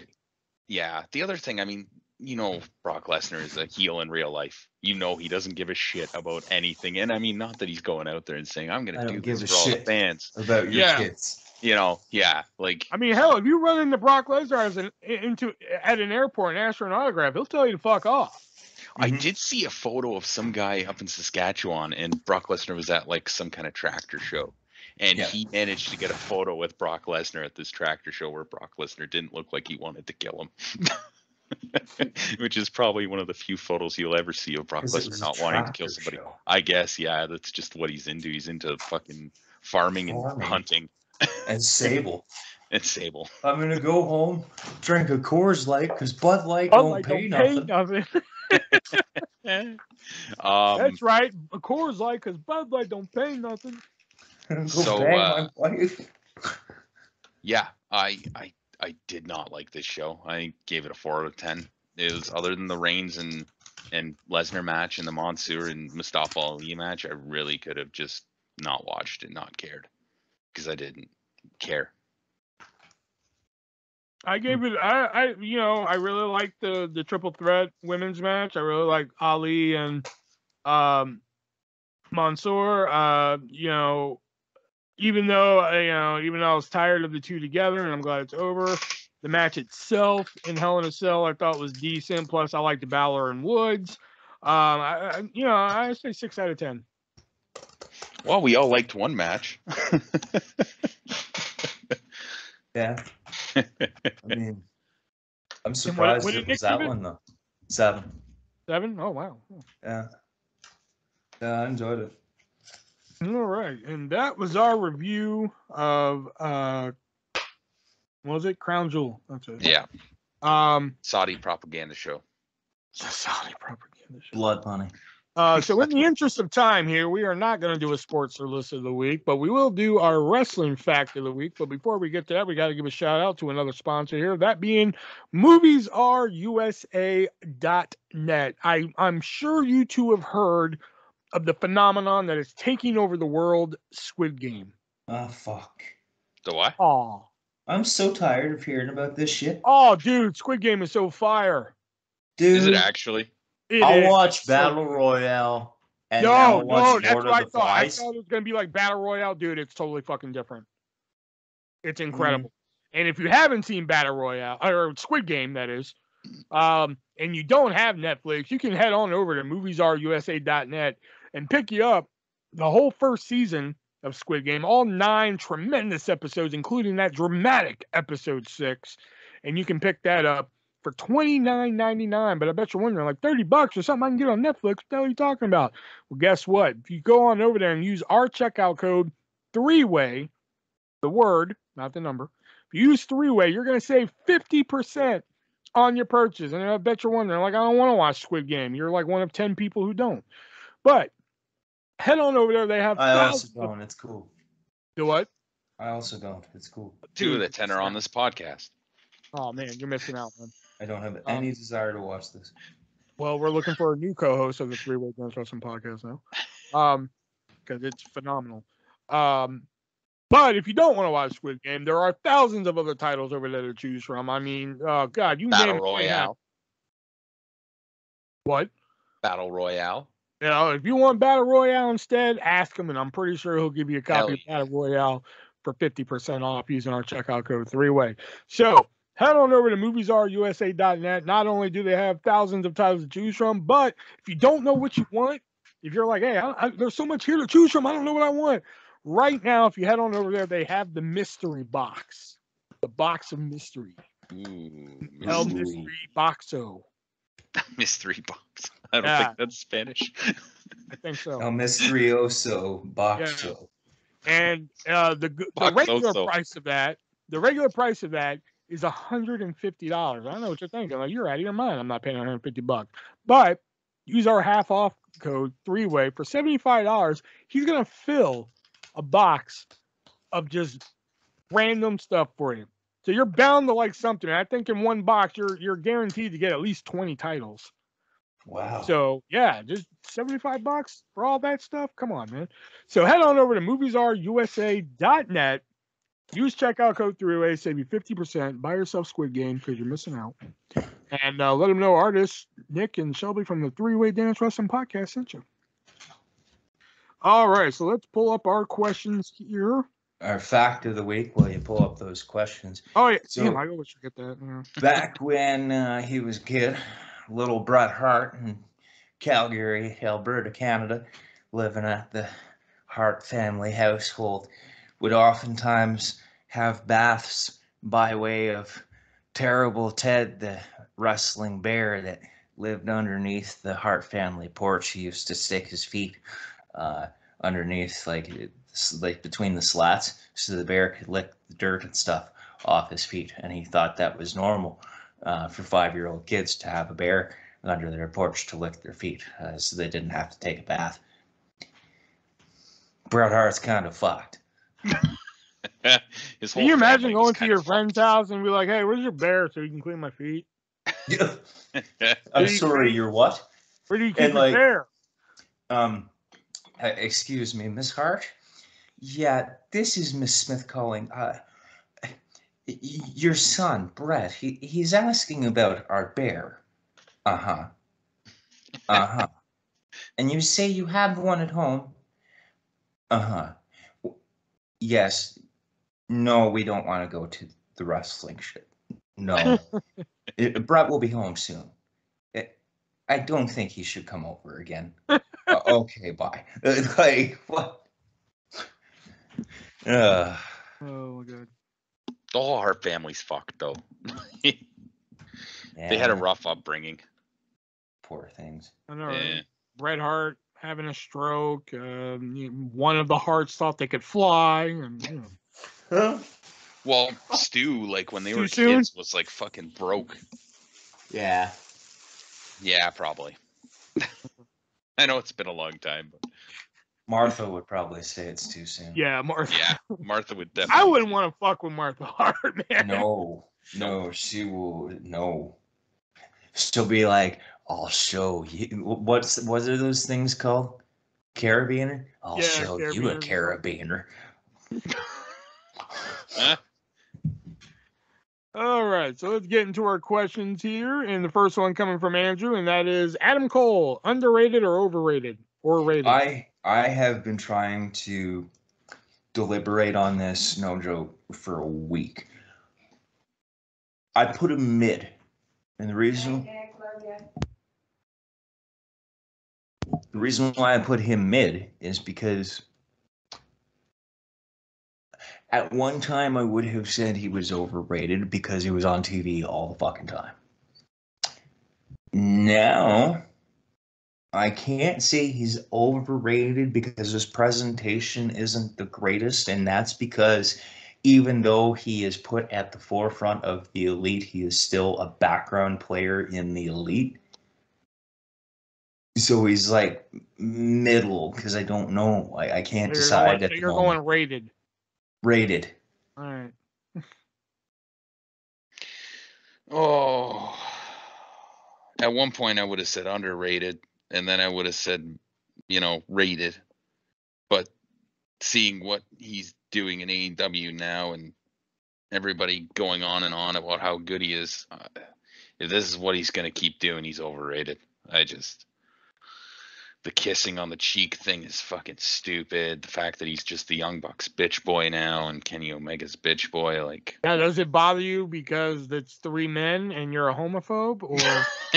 It bothers me mostly because it's the Young Bucks. And it also bothers me because Adam Cole shouldn't be playing second fiddle to anybody. He should be leading a fucking group. He shouldn't be in the elite. He should have his own. But Kyle and Roddy still work for Papa H. Give it time. There's more people there that they could throw in an Undisputed Era type. They don't have Matt Taven and Mike Bennett, so they can't do the Kingdom, and I don't think they don't need to do something that's already been done. The Undisputed Era was, I understand that, those guys have teamed before, they've had matches before and stuff. And they were all in ROH. And they were all friends, but realistically, the Undisputed Era name. But why does Cole need his own group, though? Because Cole, I like Cole. Don't get me wrong. I like Cole. Okay, but we have 87 groups as it is. Adam Cole doesn't need his own, too. He kind of does, though, because of his size. That's the only reason he needs one. And he's a very good talker who could elevate people. It's not like Matt Hardy. Matt Hardy's fucking garbage. But they just put Leo. They just put Leo. Actually, you know what? Adam Cole with Angelico and Jack Evans could be okay. No. God, no. Yeah. The fucking no. TH2 baby. Although if Kyle O'Reilly and Roderick Strong did make it to AEW, I would totally be game for Undisputed Era 2.0. Tony Khan would do it. He would do it. Oh yeah, 100%. Yeah, but then that would ruin Undisputed Era 2.0 in NXT. No, you're wrong. You're an idiot. Shut up. Undisputed Grind. Man, I know you want it to, but it's not. I agree with that. Cameron Grimes, Von Wagner, Kyle O'Reilly, and whoever's hanging out with Grimes. I forgot his name. Sikoa Samoa or whatever his name. Yeah.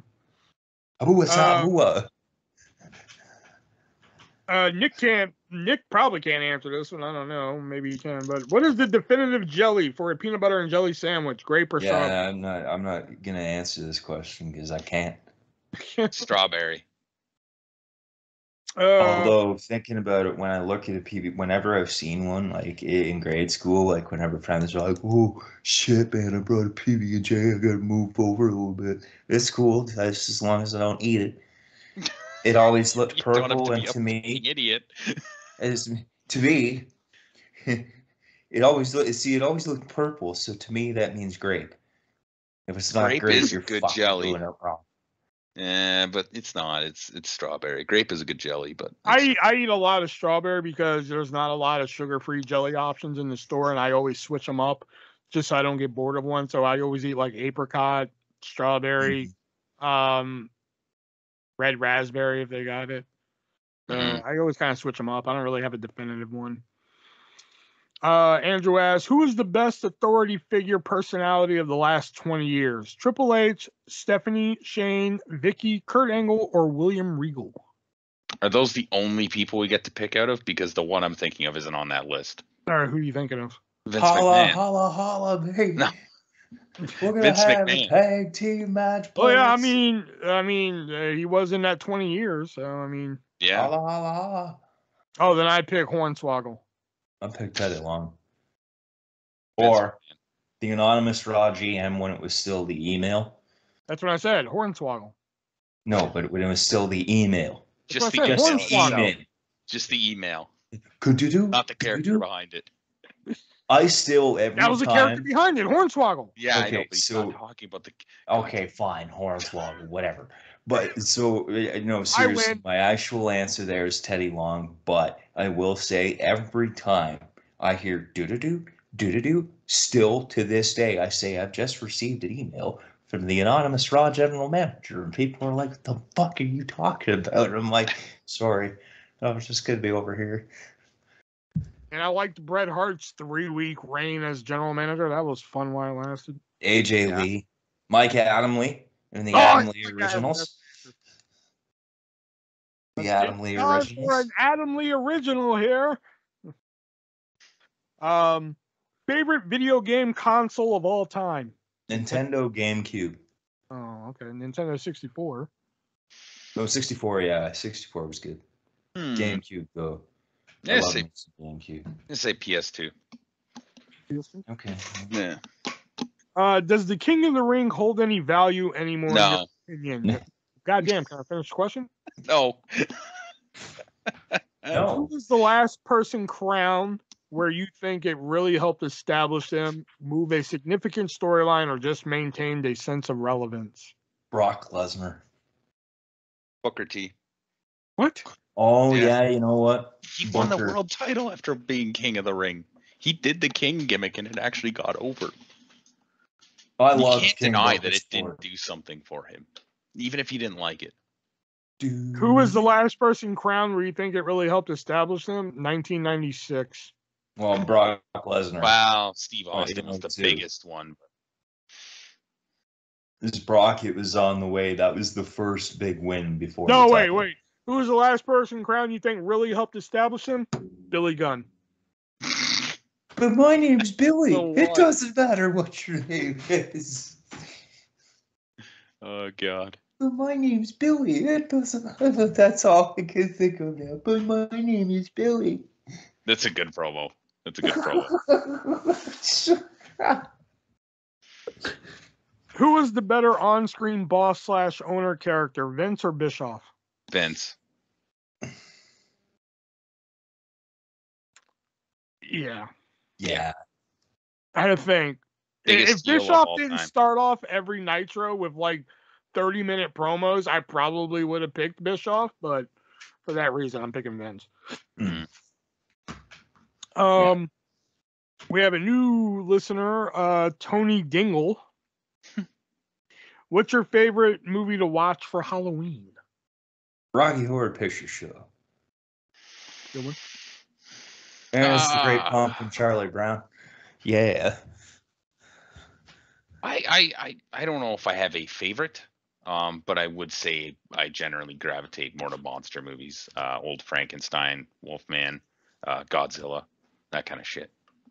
I like to watch Jerk My Cum Crown and Call Me White.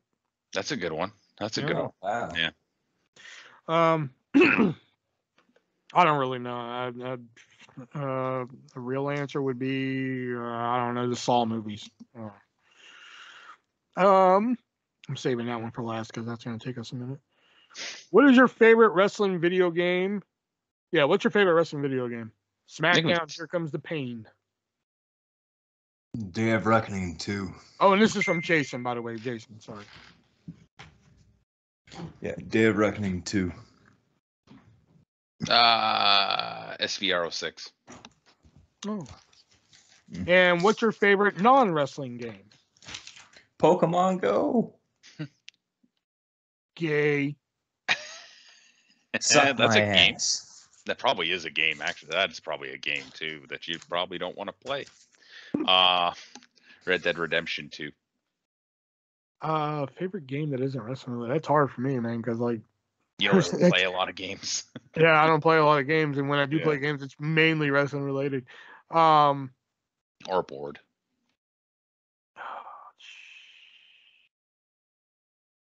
I think of a non-wrestling game I play. I don't know, Downhill Domination or Jerk My Cum Crown and Call Me White.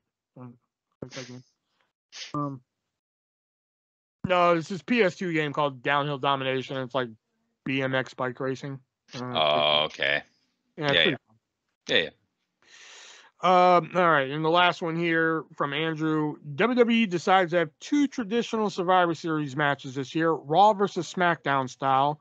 1 men's match, 1 women's. Draft your ideal teams. Jesus Christ. We got to draft Jesus both Christ teams. For one. Okay. Jesus God. Yeah. I guess for men's Raw, I would pick Owens. Rollins, Theory. Theory? Really? Yep. Interesting. Kevin Owens, Seth Rollins, Austin Theory, Finn Balor, and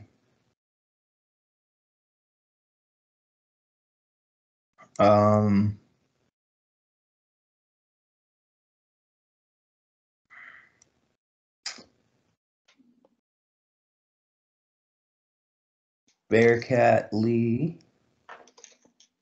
And for SmackDown, it'll be shit.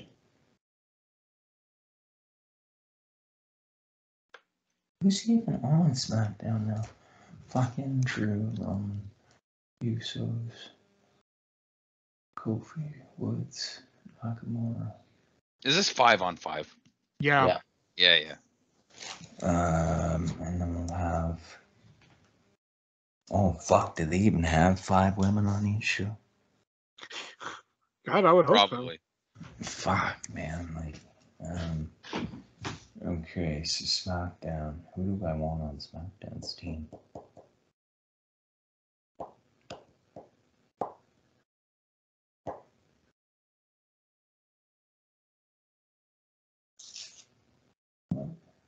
This is why I saved it for last, because I knew this was going to take. Yeah, this is going to take a little bit of time.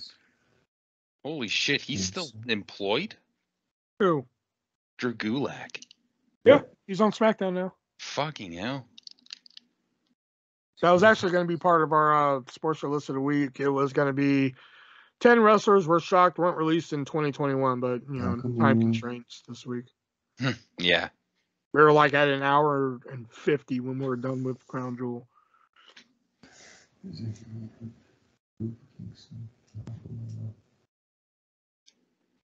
Who in the fuck is Top Dollar? Is that one of the fucking... That's AJ Francis from Hit Row. Yeah, that's Hit Row. Hit Row, yeah, okay.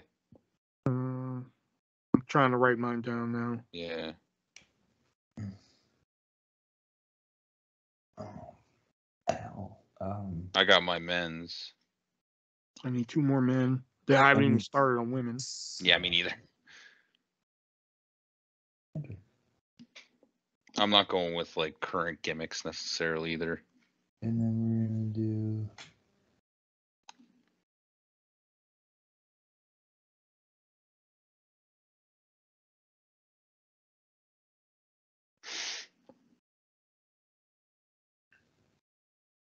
Who else went over to SmackDown? I can't.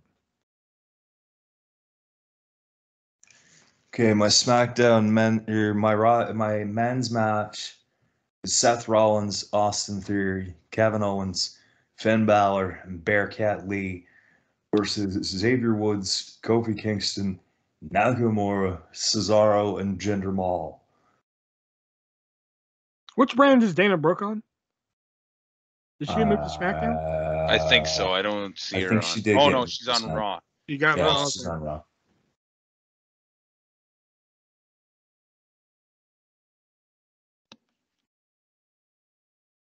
I've almost got my SmackDown one.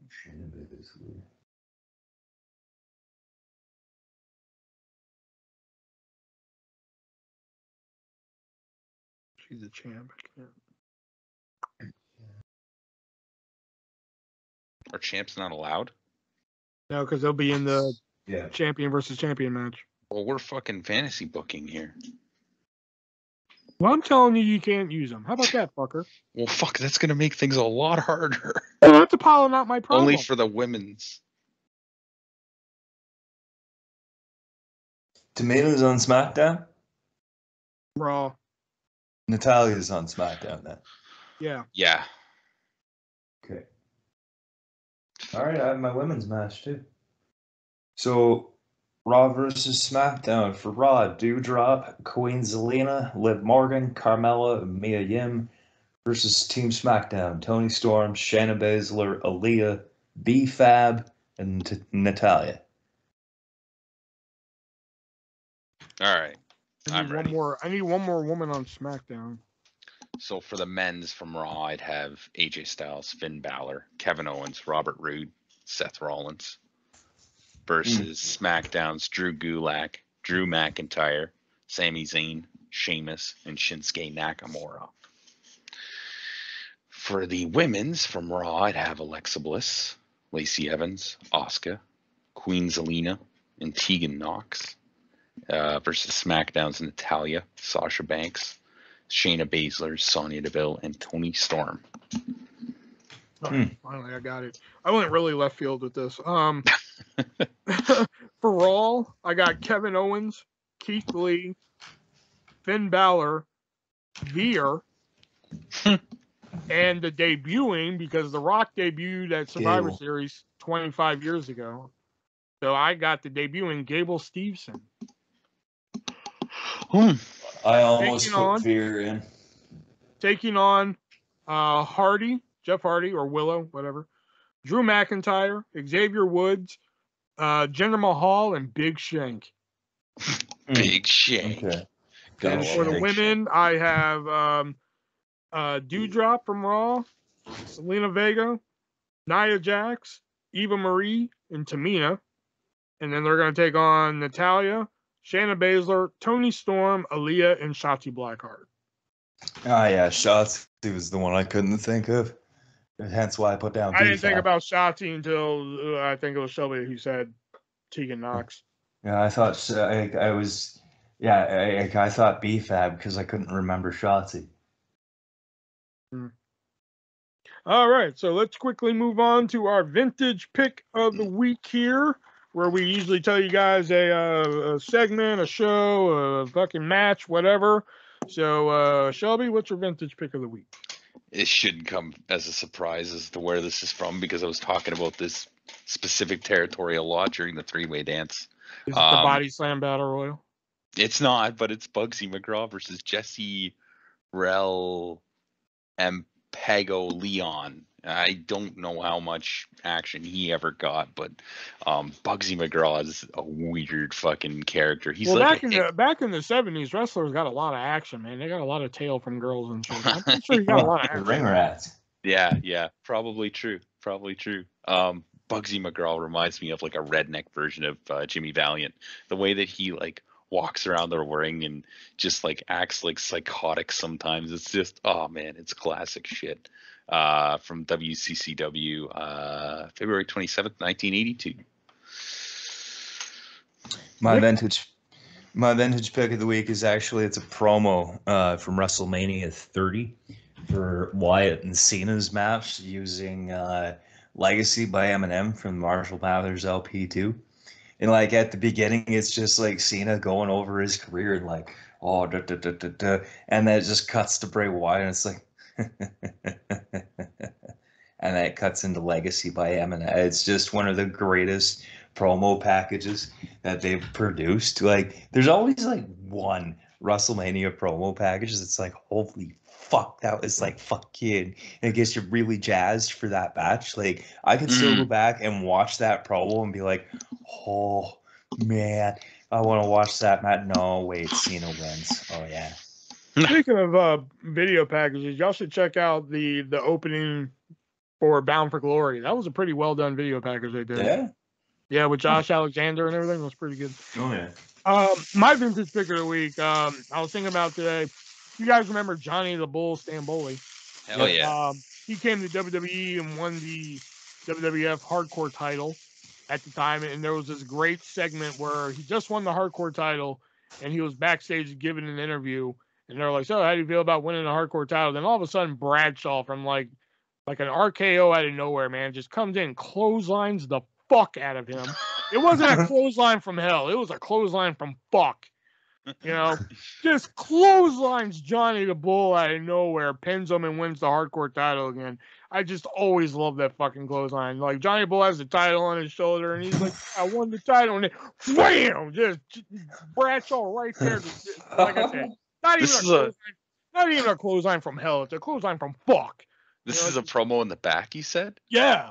Holy shit, I gotta find it. Oh yeah, oh god, Bradshaw comes out of fucking nowhere and just clobbers him. Dusty Rose says clobbers him. You know, it was oh god, it's so great. Sometimes I just find myself going to watch that. Just sometimes, it's so good. No shit. Yeah, that sounds amazing. I'll try and find it and send it. I'm looking for it right now. Oh okay. I can't find it though. Well, that's the bell, so you guys know what that means. That signifies the end of the Three-Way Dance Wrestling Podcast. Is there a pay-per-view or anything that we need to watch next week? I don't think so. Is it for another 2 weeks? Okay, so like I got an interesting idea. You guys remember the Oh My God top 50 moments of WWE and WCW DVDs? Yep. Well, there was actually one that went unreleased. It was the ECW one, so I figured I'd watch that and write down the 50 top moments, and we discuss those. Oh. I found the video. Isn't it great? Link. Fucking amazing. I told you. It's great. It Just beat it. just comes out of nowhere and just clobbers the fuck out of him.